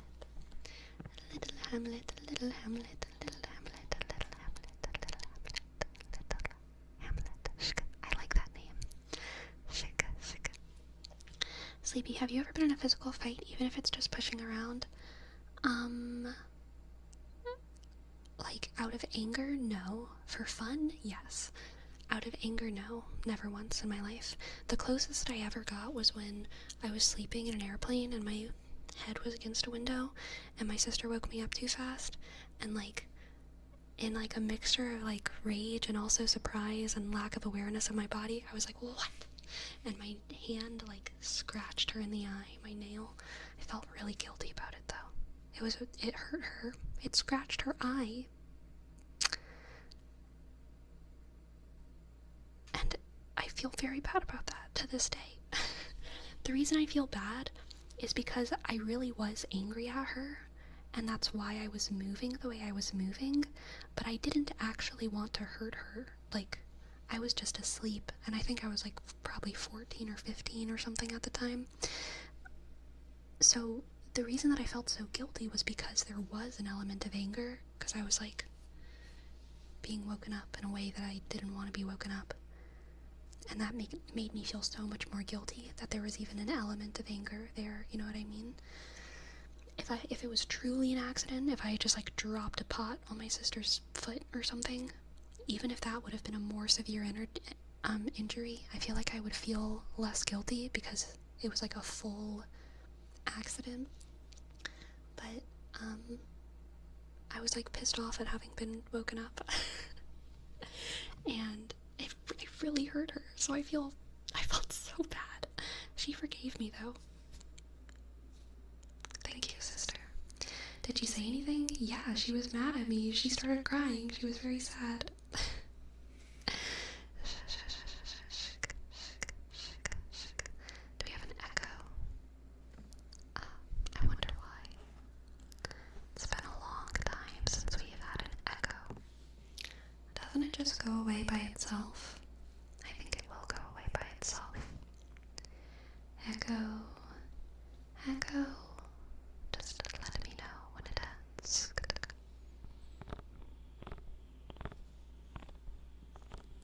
Echo, echo, echo. Test, test, test. Echo, echo, echo.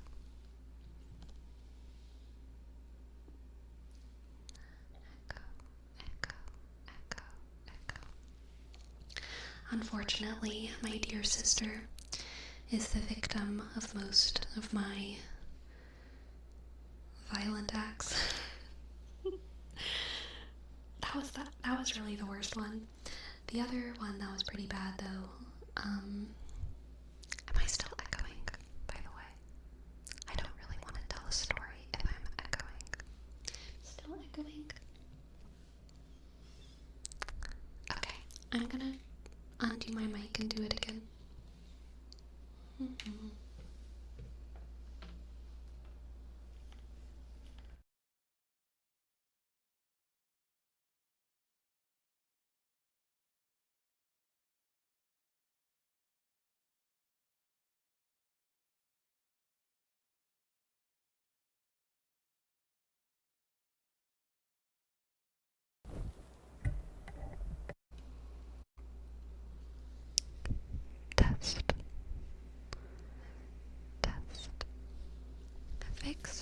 Okay.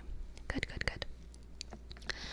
So, the other, and I think I've told this story before, whenever I was in high school, my sister's first boyfriend, or no, this might have been, she was in high school. I don't know if I was in high school. My sister and her first boyfriend were like baking cookies or brownies or something, and they were like 15 or 16 or something, and they were both very gentle spirits. Pretty sure, yeah, both very gentle spirits, and they were afraid of getting the very hot pan out of the oven, and I am an Aries rising. So I was like, I will get the cookie pan out of the oven, you two cowards. I'm a big 12-year-old, or like however old I was, I don't remember. I'll be the man of the house. And so I put on my oven mitts, and I opened the oven, and I went down into the oven, and I grabbed the pan, and both of them were hovering behind me, eager to look upon the cookies, and I backed up, and in my opinion, this was not my fault because they were hovering, but I backed up like as I was standing up with the pan, and I burnt both of their arms, and so I gave them matching scars.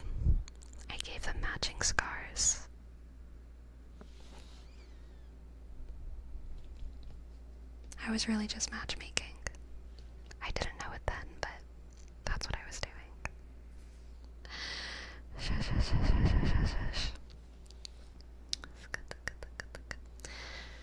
Sounds like a Greek origin story. For real. Kinda low-key was. Now that's what I call fate. Ah, yes. The fate, being given matching burn scars by the annoying little sister. Absolutely. Is the scar still there? I mean, I don't know about the boyfriend. But, I think for my sister, yes.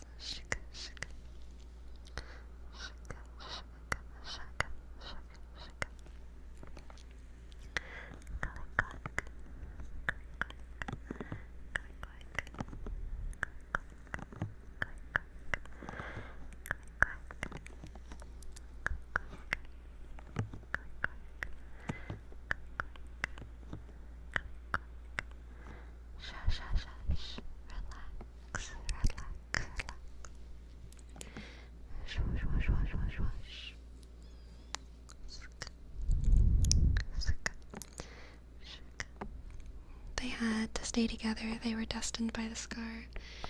I know. Low-key, I feel bad about that. For all of their future relationships. More so for him than my sister. Because my sister can just say, my little sister burned me with a pan. But the poor guy, he has to go around to all of his new girlfriends or boyfriends or whoever he is dating or marrying or courting. And whenever they ask about his arm scar, he has to say, my ex-girlfriend's little sister. He has to say, my first girlfriend's little sister did this to me.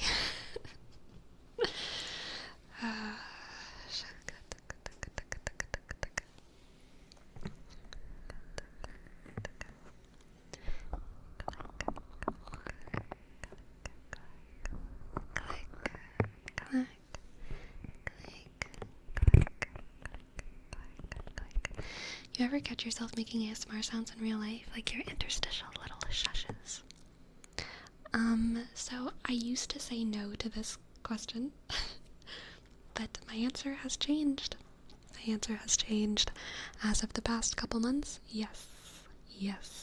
I don't do interstitial shushes, but more than once I have said my I've said my piece in a conversation and then said click clack.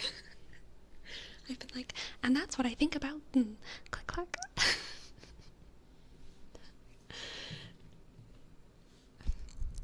Which is a little bit embarrassing.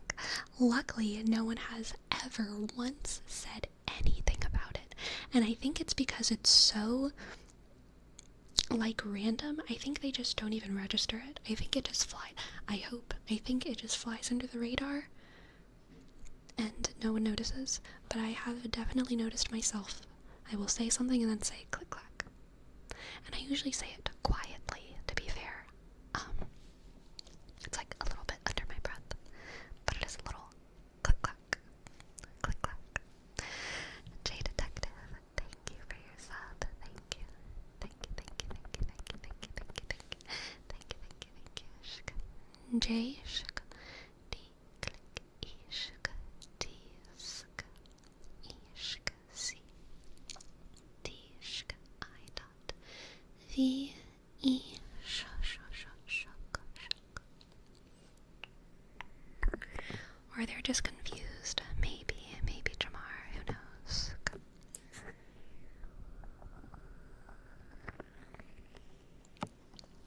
Shuk, shuk.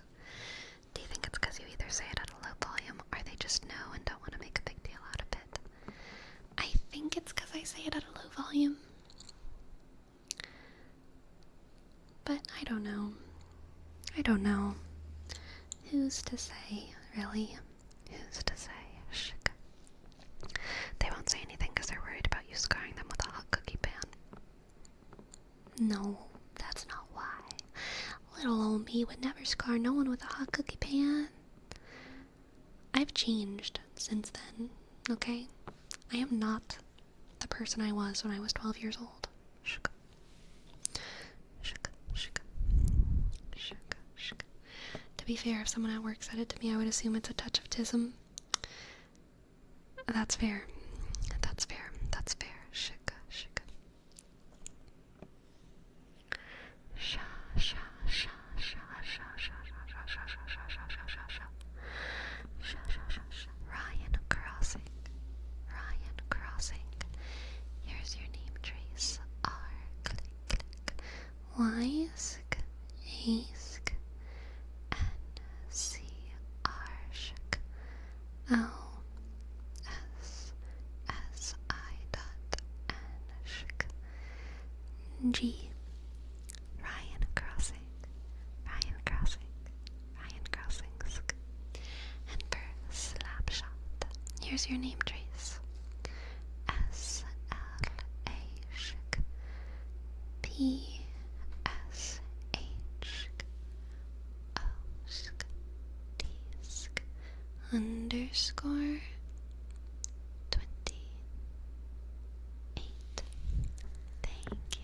Slapshot, slapshot, slapshot. Shut, shut, shut. In about 3 months, Sleepy's gonna be tapping on apples at the store. Tapping on fruit is nothing to be ashamed about doing in the store. Okay? Tapping on apples, usually unnecessary to test for ripeness, but you know what?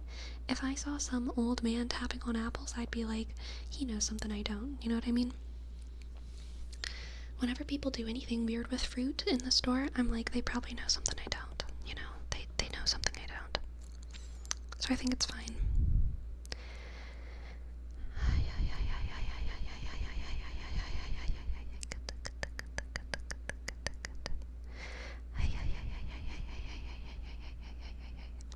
I saw something really cute in the grocery store a couple weeks ago.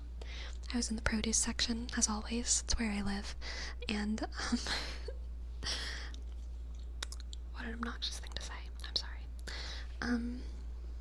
I was in the produce section, and there was a mom, probably, but she was the guardian, of, like, these 2 young boys.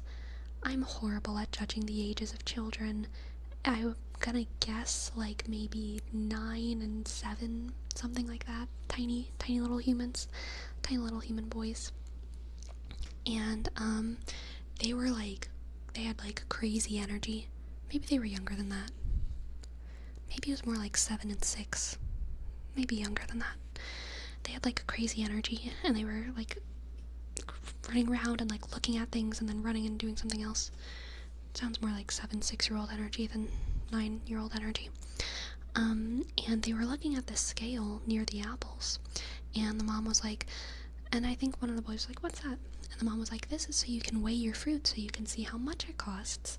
So you see how it says, you know, these apples are $1.79 per pound. Let's put some apples on there. And they were like, oh, I get it.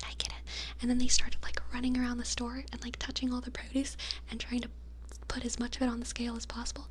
It happened so fast, and the mom was like, no, please don't touch everything. You don't touch everything in the store. But it was too late. They were like, we have to weigh everything. It was so cute. It was a good moment. And she kind of looked at me because she could tell I was shopping for apples, and they were touching every apple they could. They were, with their grimy little boy hands, they were touching every possible apple they could. And she kind of looked at me like, I'm so sorry. And I just kind of laughed at it. I was like, it's good, it's fine. But it was a good moment. It's good. And they were sneezing and coughing too. You know, they weren't sneezing and coughing, but with little kids it doesn't matter, okay? Little kids don't have to be sneezing and coughing to be full of mucus and snot. They're just full of it because they're picking their nose. Honestly. Shika. That's why you're supposed to wash your fruit. Exactly.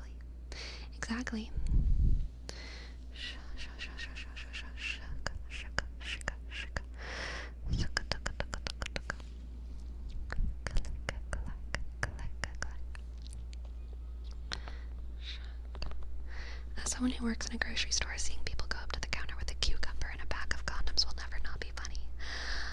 That is very funny, Sturban. That is very funny. I've never thought about that. I have only, in retail, the only store I've worked at was like a bookstore. And it's very fun judging people based off of the books that they're buying.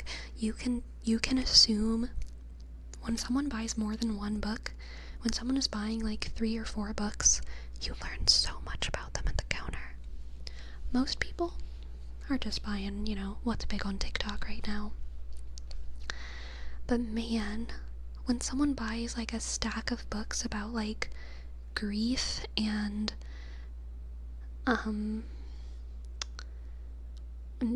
self-development, and like how to specifically get over like your mom dying or something, like, oh my god, it's depressing. You like learn someone's whole like life story all of a sudden, or like you don't really learn their life story, but you learn like so much about what they're going through right now. Or whenever people are buying like, you know, very specific textbooks in like some advanced field, it's like that's kind of exciting. Like, oh my gosh, I'm in the presence of like a smart like STEM businesswoman. Like, oh my gosh, you look so innocuous, but I know based off of these books that you speak 5 languages, and also know how to do very big numbers, graphs, science, and you're so beautiful and you're standing right in front of me. Oh my god. Oh my god. Who am I being witness to? Nick Krillin, thank you for your sub. Thank you, Nick Krillin.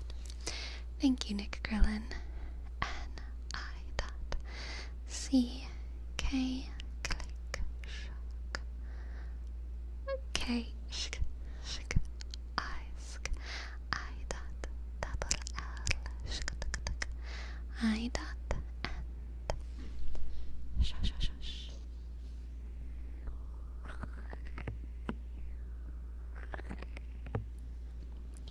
So you were judging covers by their books. Exactly, Throme. Exactly. Yes, Neatrix. Charts. Can you imagine? Whole books of them. When someone buys a whole book of charts, they're a brainy one. Were you surprised by the way someone looked in the books they were getting? Like being unexpected by their looks that they would be into those kinds of books? No. It was actually almost scary how on the nose it always was. The people who you would expect to buy 20 manga comics were the ones who bought 20 20 mangas.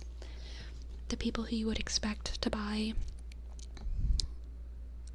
every Brandon Sanderson novel and also a Funko Pop were the ones who you would expect to buy every Brandon Sanderson novel and also a Funko Pop. The people who you would expect to be buying self-development books were the people who you would expect to buy self-development books. The people who looked like very well-to-do older individuals did indeed always buy like a new Bible, a notebook,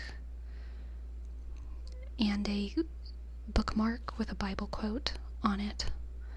Like, it was scary how on the nose it was. Like, wow, we do live in a society. We do live in a society.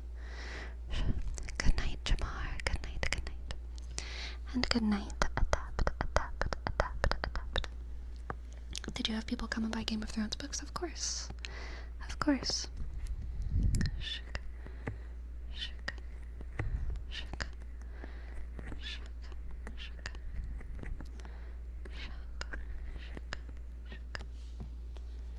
Working retail gives me hatred of general population.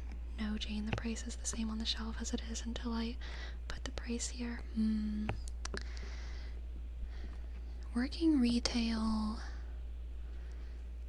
made me feel absolutely nothing. I felt so many feelings working in food service. Oh my god, what a hectic and intense job it is being a waiter or waitress, or working as like a hostess, or working in the kitchens. So many emotions, so many feelings, so many revelations about society. Working retail made me feel absolutely nothing. It was so... yeah, it made me tired, flex paints, totally. But it was also, like, calm and, like, annoying, but not bad. It was just, like, there was always just this, like, low-grade annoyance at everything. It's very low grade of, like, this is dumb. This is dumb. This is dumb. This is dumb, but it's fine. This is dumb. It's funny that we're all doing this. This is dumb, but that's kind of funny. LOL. Dumb. Whatever. 3 more hours of my shift. Pretty dumb. No one's gonna be shopping here. But I will keep doing this dumb thing. Yes, I will reorganize that shelf, even though it does not need to be reorganized. I will put different books on display tomorrow than there were today, even though it will make no difference. Yes, I will do that. Pretty dumb. Ha ha ha. Ha ha ha. Shika, shika. That's how I felt about retail, personally. Fast food is similar, but the level of annoyance is higher. Interesting. Not gonna lie, working retail gave me a little hope. I feel like everyone is a good person, but just going through something. But I also worked as a cashier. I don't know, food service is crazy. I felt that too. Definitely everywhere that I've worked, my coworkers have been the light and joy of the experience. I love making friends at work. Work is my favorite place to make friends. I love coworkers very much. I always found it easier to make friendships that I deeply valued in work rather than at school, which was weird because I spent much more time at school and I felt like other people made lifelong friends in school. But even though, I don't know, I always felt like I fit in better with people in the workforce. Like, I literally just got along with them better than I did with school people, which is weird because I loved school and I did really, really well in school and I loved the work of school. But most of the people, and there are exceptions to this because I did make some lifelong friends in school, but most of the people that I met in school, the default person that was in college, like,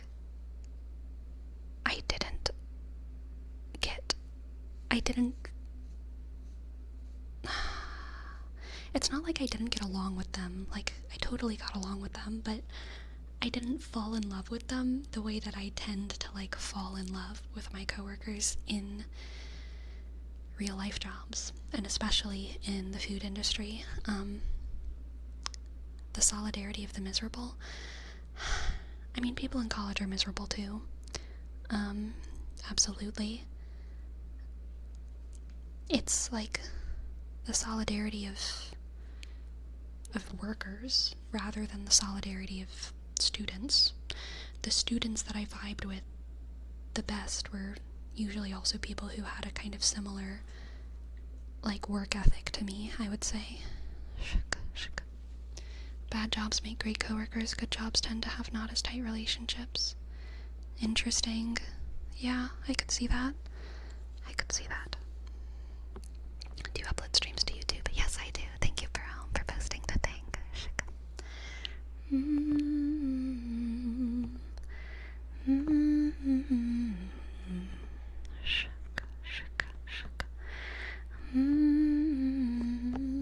Worker solidarity, you say? Sounds like an idea that could catch on. It does, doesn't it? Sounds like we could make some songs out of that. I majored in theater. Jimmy Neutron, I majored in theater. There goes my cat, causing a little earthquake. Thank you for your bits. Curly Larry, thank you.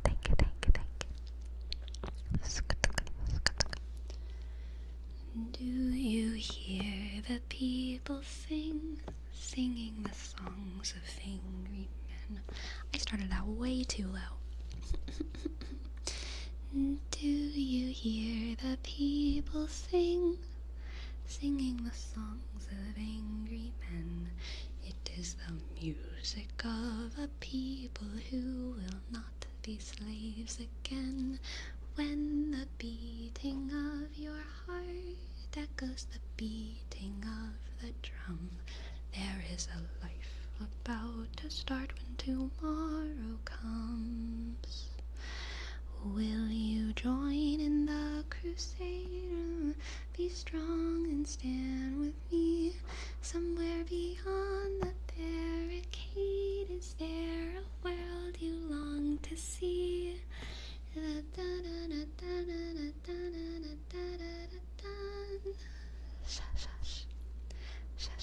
What's it like to major? I chose not to continue school. I loved college. So much. But everyone has a different experience, and different degree programs and different majors have, like, vastly different vibes, so it really just depends on, like, what you want to do. But I loved college, and I loved theater people. Sleepy, what's something you miss from IRL work? Definitely coworkers. Coworkers is a big one. I also miss my work having a more physical aspect to it. Like, even if I wasn't working out or, like, being active back whenever I worked in the world, I was, like, picking up heavy boxes of potatoes and just doing more things with my body. And it wasn't something that I had to think of as exercise. It was just natural, baked in. So I kind of miss that. And I think another thing that I miss is there's a certain security that you get in, like, knowing that no matter what you do, as long as you work this certain amount of hours, you're gonna get a paycheck of a specific amount, Whereas, like, content creation is kind of like a job that you do because you love it and you hope that you get paid, but you never know how much it's gonna be. You can never know for sure. And even if you can be relatively confident, like, last month I did this, so probably this month it'll be around there. You don't know for sure, so, like, that's definitely an element of security that I miss.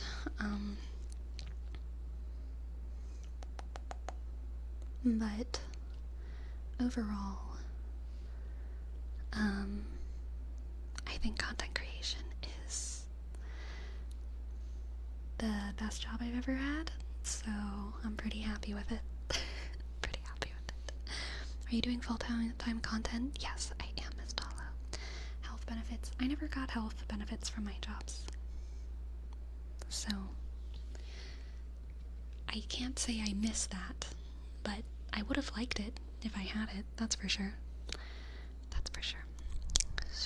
Same, I miss the fact of taking a 5-minute break to go to a coworker desk just to chat. Or for people to make plans to go out to eat or drinks on Fridays, yeah, for sure.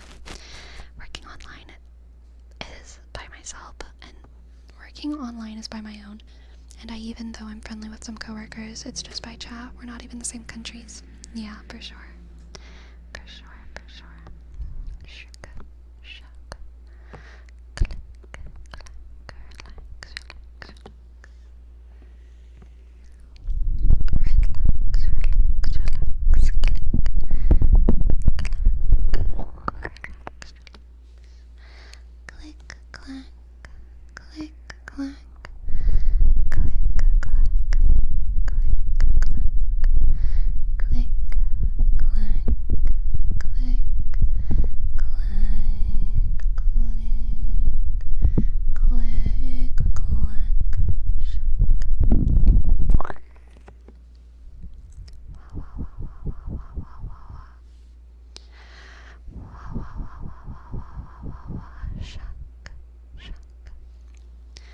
Alright, my friends, it is about time for me to go on my break. So I'm going to go do that. And I'll be back in 5 minutes for more tingles, okay? I'll be back in 5 minutes. Be back soon, be back soon, be back soon, be back soon.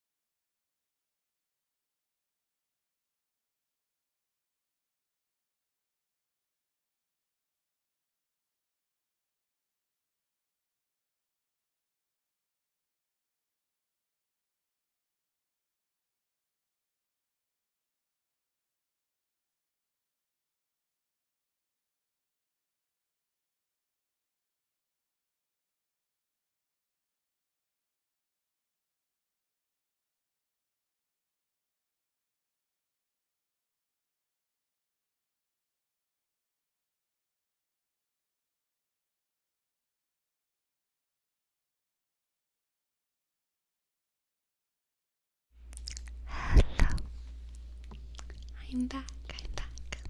Hello, Destructica and Shkadika. Perhome and Dominix. Hello, CEO and Olivia and Anitrix and Green Ninja and Kuto. Hello.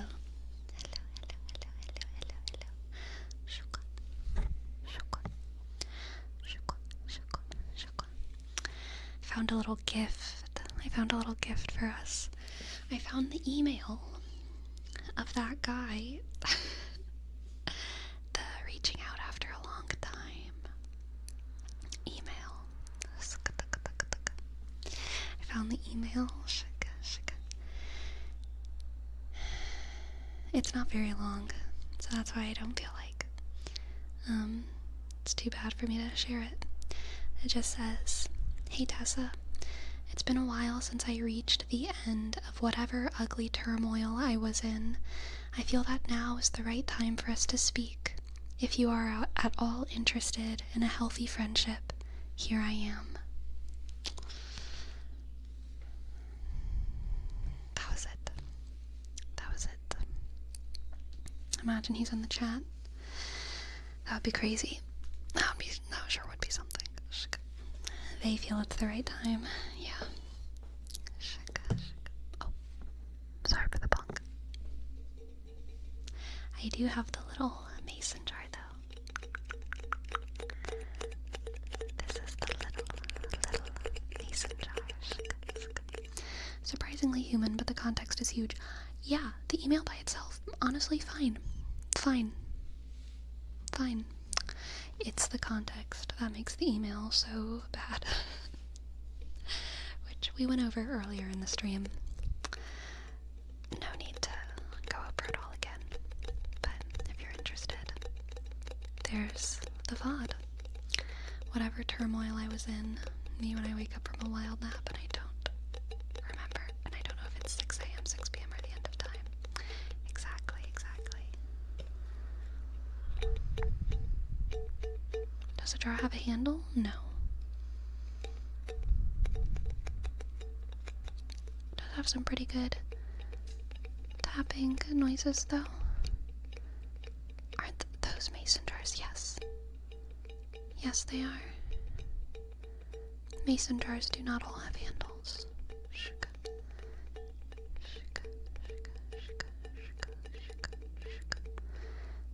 Relax.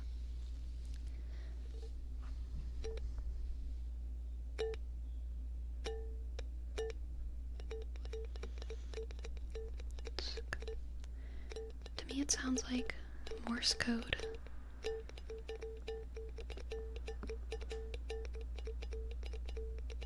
Sounds like those little Morse code machines, doesn't it?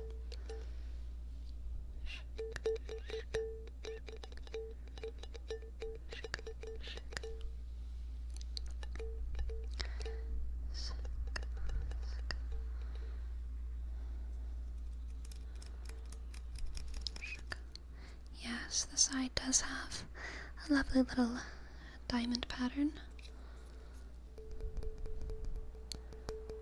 It's the classic mason jar ASMR sound. Mason JSMR. Mason JSMR.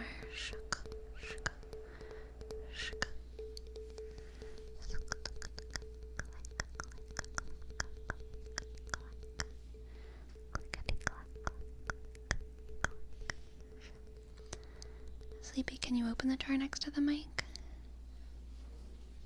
I can try. Allow me to use my knee as a little table. A little knee-sized table for us.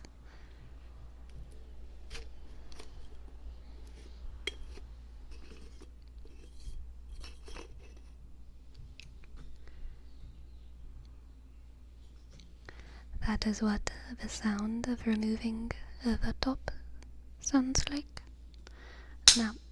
Now I shall put the top back on, lest we let the ASMR into the jar.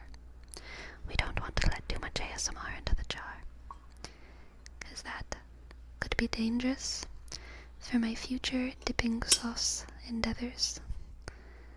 Let us delicately place the lid up on the jar and try not to misalign the threads. God damn. Fuck.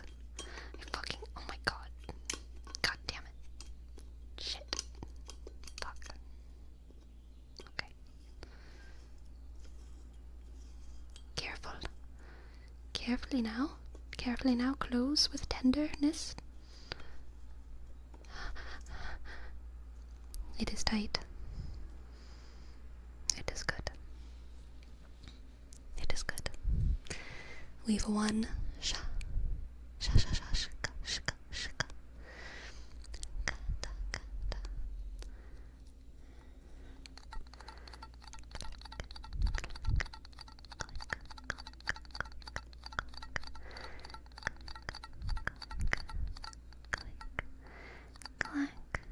Click, click, click, click.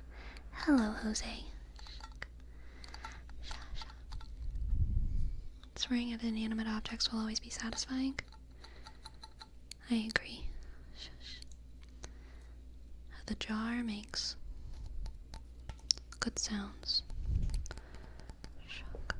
Did you know the maker of the mason jar also makes part for the F-35 and satellites?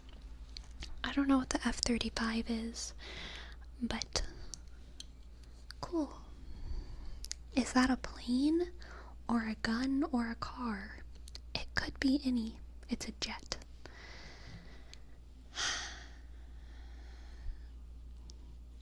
Cool. Shaka, shaka, shaka, shaka. Super advanced jet. Gotcha, gotcha. Shaka. So it is a gun and a plane. Amazing. My instincts are on it.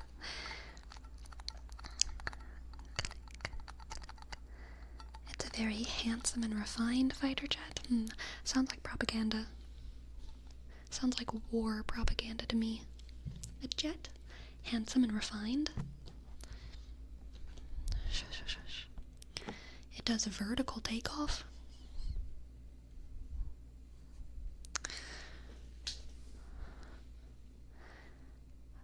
Don't crows do that too? Can't crows, aren't crows like the best at just, they don't need a lot of they can just go woof. Crows are really good at that. Crows are super good at that. Shaka, shaka, shaka, shaka. You are thinking of hummingbirds or dragonflies. I'm thinking of crows. I'm sure of it. Crows have one of the, I don't remember what the word for it is, what the term for it is, but most birds, it takes them a pretty long time to get off the ground and get high, but crows and ravens and magpies are very good at going straight up without a lot of forward movement. It's one of the things that makes them so good at annoying other animals without getting hurt. Because a lot of, they're very good at escaping. They can poke a dog and then just whoop. Corvidae, yes. Exactly, Gregaka. Corvidae, Corvidae, shaka.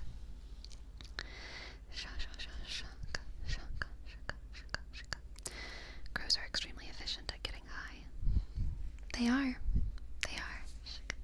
Crows love drama. They do. This is also true. Crows are little tea spillers. Crows start rumors no one knows they even need it in their lives. Really. Oh my god. Shiny things. Speaking of shiny things, Pandu. I saw this TikTok that was the inside of, it's night vision camera in the inside of some nondescript box where a raccoon is camping out. Wait, I think this is in my Discord. I think Destructicon, you put this in our Discord, in the community Discord. Go join the Discord.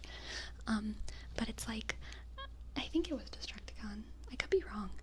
But it was a camera looking down at a little raccoon that was camping out in a box, and it's just over time the things the positions that raccoon is sleeping in in that, is it a drawer? In a drawer. So it's like a compilation of just like that raccoon chilling out in that drawer. And at one point, an albino raccoon comes into the drawer and they kind of tussle a little bit. And there's 2 different clips in the TikTok that I watched where the raccoon is like, in one of them they're like holding a little ring, and it's just like in their hand and they're sleeping with the shiny little ring. It's so cute. And then in another one, it's holding like a little seashell, and it's just like, it just has the seashell in its hand as its little like trinket for sleeping, its little sleeping trinket. So cute, because raccoons just like, they like to have a little thing. A little thing. Have you seen the one where the second raccoon comes? Yes, the like albino raccoon. Crazy, wild. At first I thought it was a possum, because I never thought about it, honestly, until I watched the video, but white raccoons kind of look like possums until you see the tail, and you see this poofy ass tail, and then you're like, that ain't a possum, that's a white raccoon.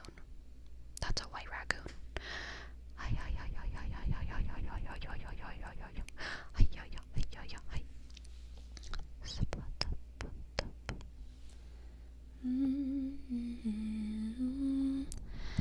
Relax. Hello, Tatush. Welcome in. Do you hold on to something while sleeping? I just hold a pillow. My sleeping position changes all the time. Sometimes I do hold a pillow, sometimes I hold nothing. Sometimes I sleep on my back, sometimes I sleep on my side. I sleep every different way.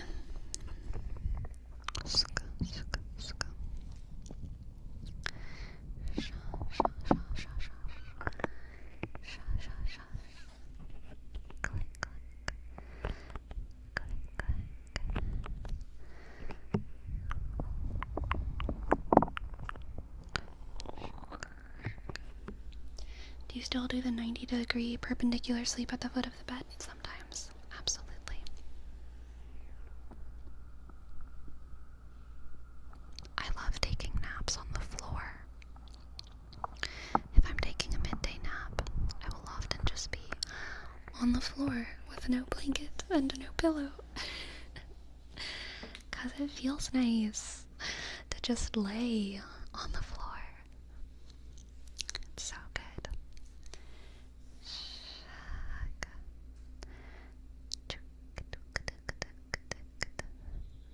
Boom bada doom bada doom. Sometimes my dogs lay on the floor and I lay down with them.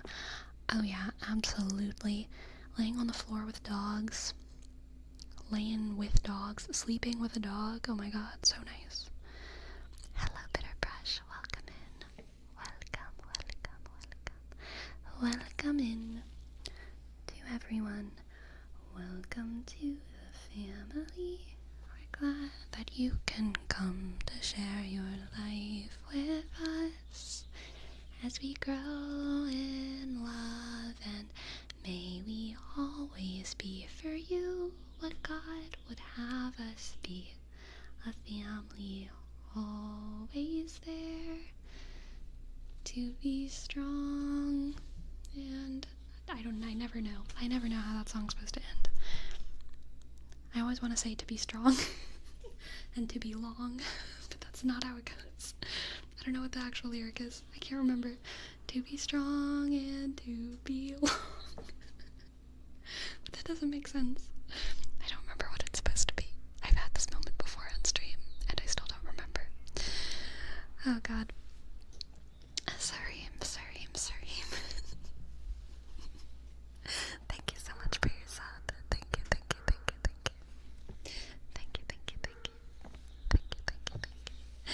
Thank you, Sareem. S-A-R-click.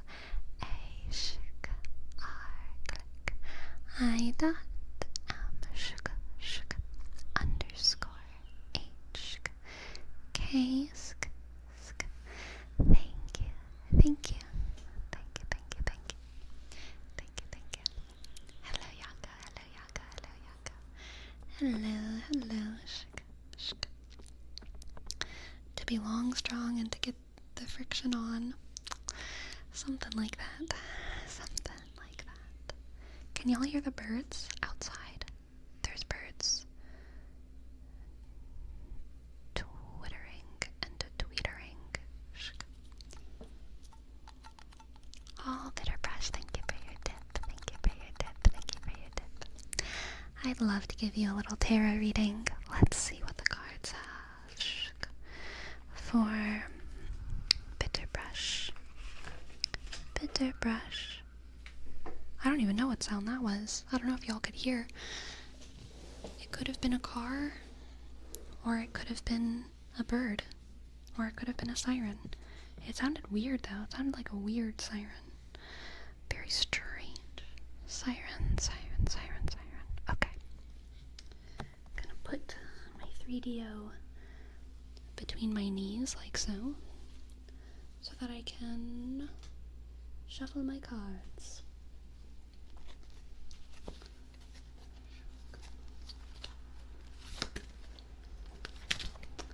Dropped one card on the ground. That's okay. We'll get it. Okay. Bitterbrush, Bitterbrush. Your first card is being sniffed by my cat. Your first card, blessed by the nose of my sweet kitten, is the Tower. The Tower. And your second card is the Two of Cups.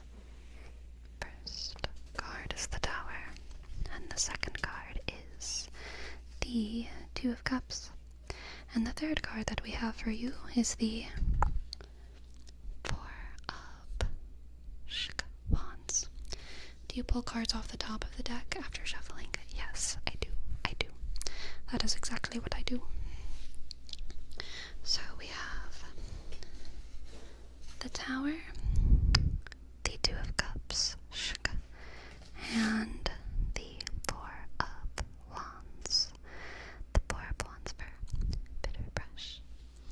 Bitterbrush, Bitterbrush. Cat, earthquake. Cat, earthquake coming. And now she's standing exactly where I would like to place my cards. She's so good. She knows not to step on my keyboard though. She puts her feet like all around the keyboard without stepping on it. Because she knows if she steps on my keyboard, she will get pushed off. Okay. For Bitterbrush.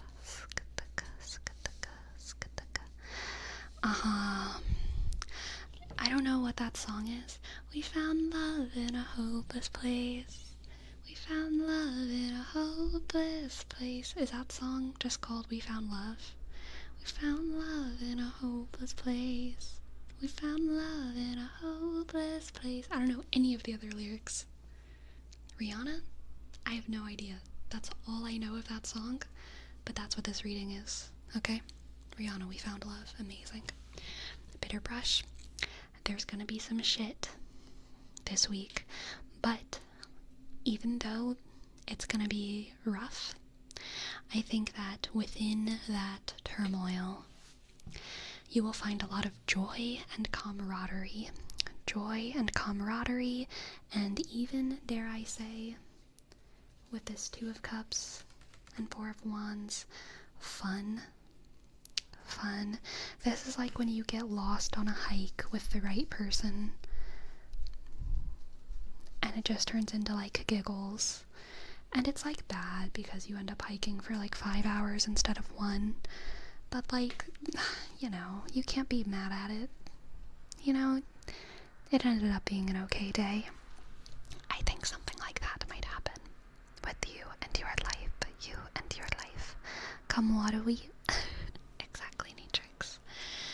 We found love in a hopeless place. We found love in a hopeless place. I literally know no other lyrics. I have no idea what those verses even sound like. Shine a light through an open door.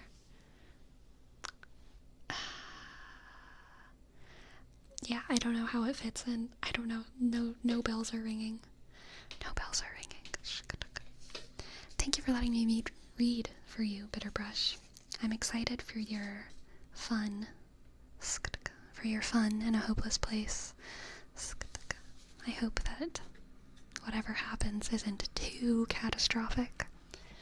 I hope there's no poison ivy.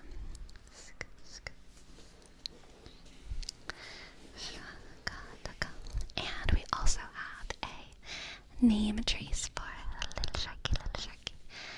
L, click, I, dot, L, sk, underscore, shuka, shuka, shuka, shuka. S, H, k, A, sk, R, shk, K, shk, shk, I, dot, E, sk. Thank you, little sharky. I opened my windows whenever I went on my break because it finally cooled down a little bit outside, and I wanted to let that cool air in, you know? But there are some cars. I'm sorry for the vehicles. I do not own the roads. I apologize. I apologize. Shush, shush, shush. Someone out there. Exactly, Hagen. Someone out there is... they must be like a real man. The person in that car, you know? Wow. Wow.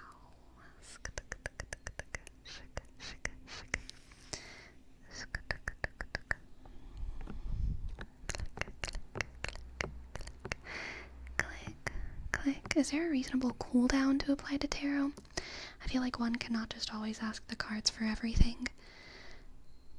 I will talk about that, question Neatrix, because it's a good topic.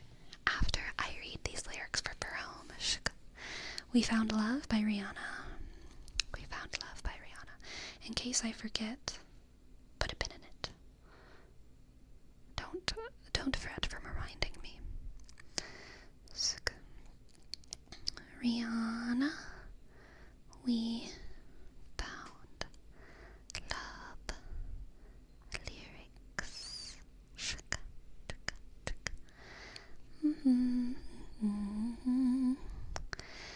Yellow diamonds in the light, now we're standing side by side as your shadow crosses mine, what it takes to come alive.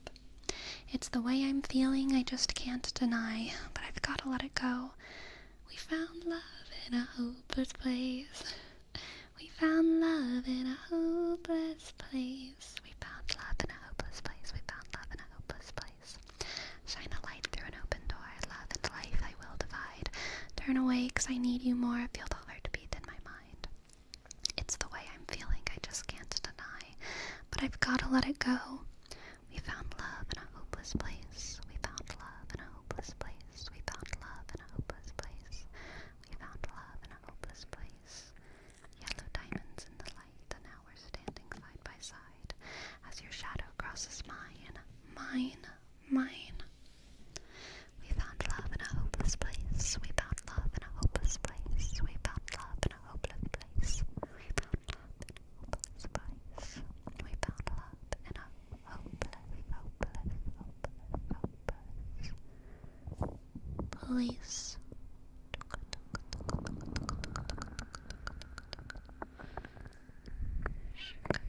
Turns out you already knew like 50% of the lyrics. Yeah, turns out. Alright, let's answer this question. Is there a reasonable cooldown to apply to tarot? I feel like one cannot just always ask the cards for everything. So, there isn't a cooldown that can or should be applied to everyone. But, in the Catholic Church, there's something called the sin of scrupulosity. The sin of scrupulosity. If you're being usually the sign of that is feeling like you need to go to confession after every single wrongdoing in order to confess your sins to the priest. Just like these random, mundane mistakes that you make. And they might be sins or they might not. But either way, it's annoying for priests. And it also shows a certain unhealthy relationship that you have with sin and redemption and forgiveness and even the church itself. And that's called the sin of scrupulosity. The sin of please just deal with it on your own, kind of. Yeah, and it's also like, it's kind of, you know, the sin of Catholic guilt to an extent, if you want to, like there's an unhealthy level of it. And even though in tarot's not a religion, I would say that people who have an unhealthy relationship with tarot are committing probably the same sin with a very different manifestation. They feel like they can't do anything or believe anything or think anything without some sort of spiritual validation, without some sort of overt spiritual validation. And that can definitely be a bad thing. Although calling it the sin of scrupulosity doesn't really make sense in the form of tarot, because scrupulosity kind of means, it's kind of tied to like thinking too hard and like being guilty, so it doesn't totally make sense in the context of tarot, but I still think it's the same brainworm. But yeah, there's not like a cooldown that can be applied to everyone. There are plenty of people who have like a very meditational and serious tarot practice, and they will do tarot every single day. But a lot of times those people aren't practicing tarot in order to answer questions about what they should do or how they should operate. It's more like they're just looking for insight. It's kind of like the difference between reading a Bible story for reflection and meditational purposes versus reading a Bible story to get like advice from thinkers of over 2,000 years ago. Like, we shouldn't really be, like, the Bible offers a lot of guidance, but like it's not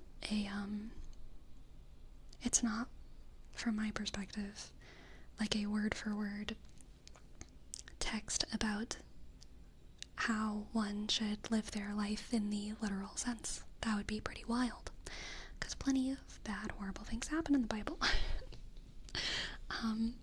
But there are still a lot of valuable things to meditate on there, blah, blah, blah, blah, blah.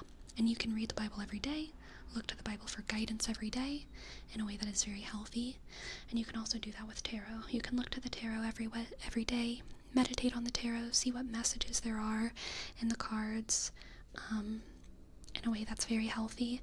But if you feel like unconfident and scared to go into your life without first consulting the tarot, then like, yeah, that's not good. That's not good.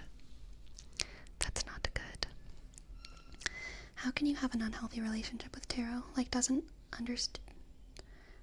understand how tarot works or something like that? There's plenty of ways to have unhealthy relationships with a lot of things.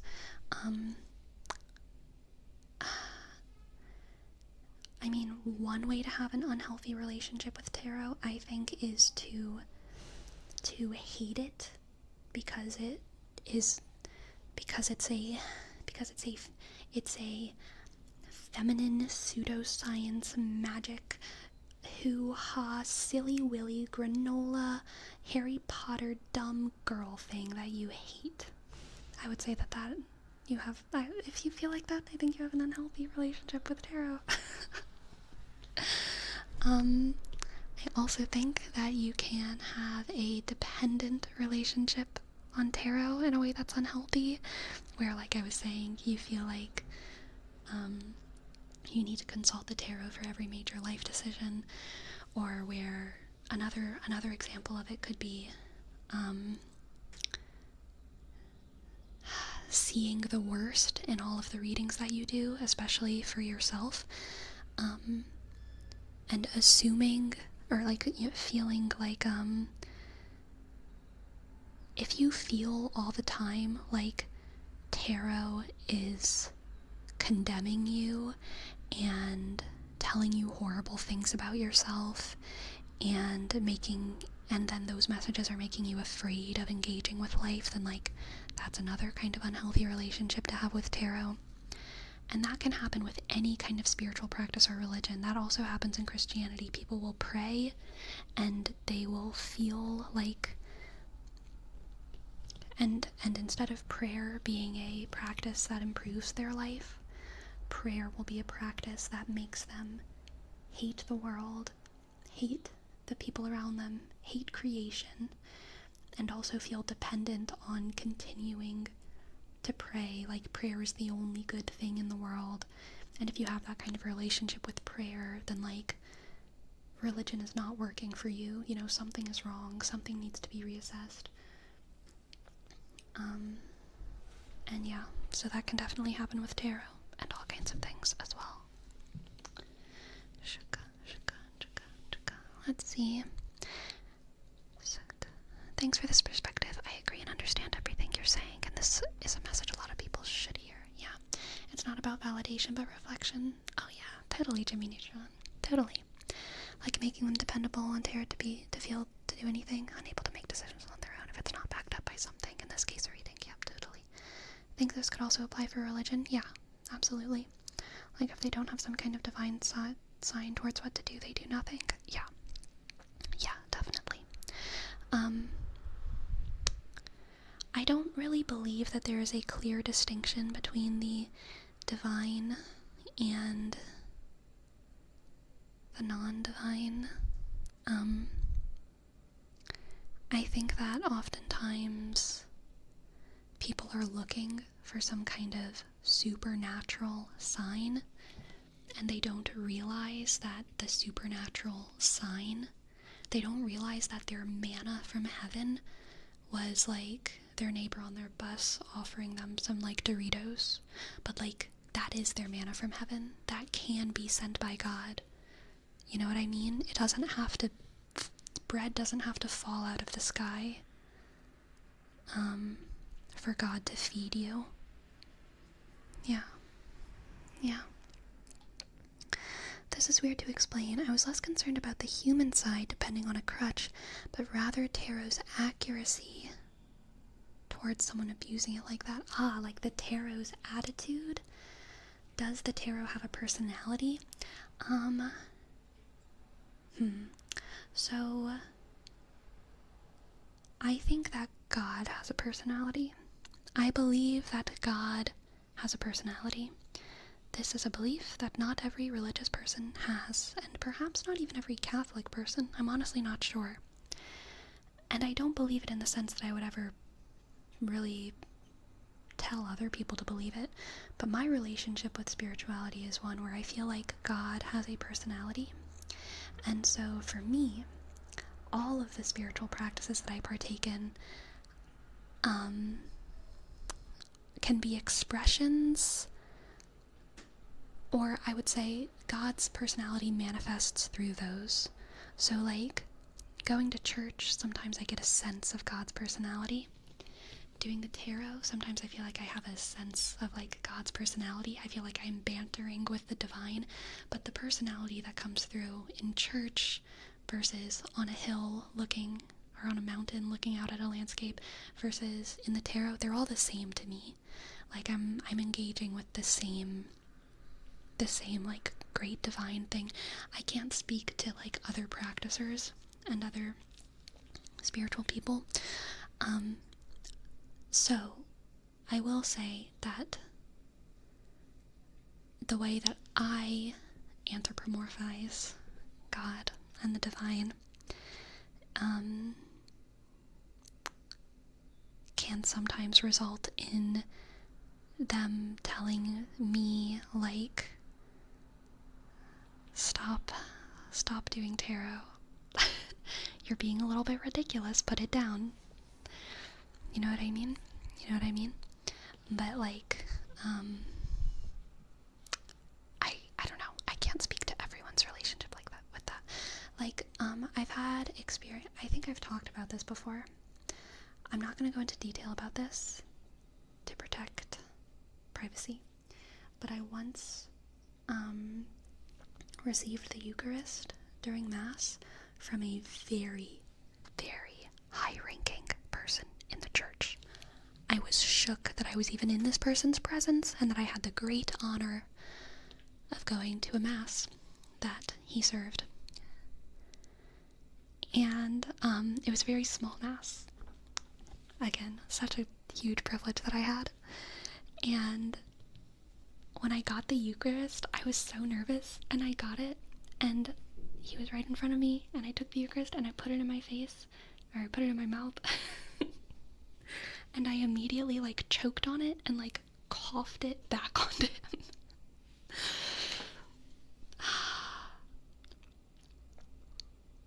And in my head, that was God bantering with me. And that was God, like, embarrassing me in, like, a cute way. In, like, a friendly way. You know what I mean? So I kind of laughed about it. I was hugely embarrassed, but I also laughed about it. And the other guy, the priest, he laughed about it too. It was fine.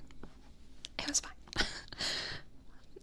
But sometimes I feel like I have moments like that in the tarot as well, right? Where it's like, I feel like something is happening, where all of a sudden something serious and something very devout and intense turns into play. For me personally, it never turns into hate or vitriol or punishment, but things definitely sometimes turn into play, and that can be a sign to get off my high horse. You know what I mean? Sometimes my horse is too high, and God needs to play a prank on me.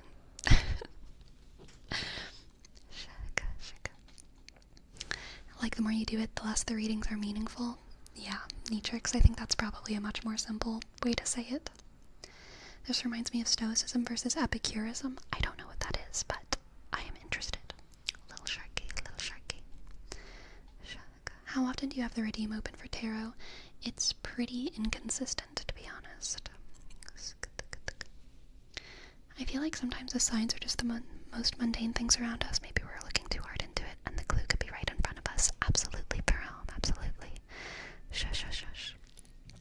I think maybe the personality we perceive from God changes from person to person. For sure, I do think he has one, but it may be different from the one you have for him. Yeah, I think that's fair.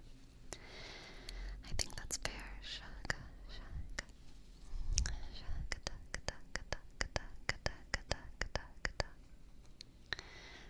Like, we are open to conversing with the world and our own lives and stuff. Yes, yes. I think that, like, whether you're religious or whether you really, like, believe in God or not, I think having an attitude of your life being like a conversation with creation is, like, a very joyful way to live life. And that doesn't necessitate spirituality or belief. But I think that being in conversation with creation is fun.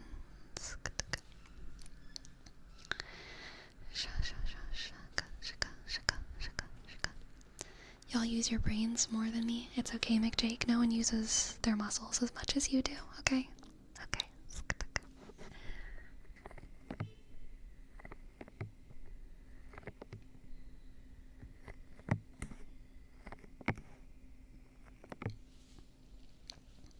Have you ever had a situation in which you've been 99.9% sure that God listened to you and something happened as a response to it? I've had a situation like that, but it's too personal to share. Yes, but it is also too personal for me to share, for sure. Yeah, totally. I think most spiritual people, once they reach a certain age, probably have had an experience like that. Yeah.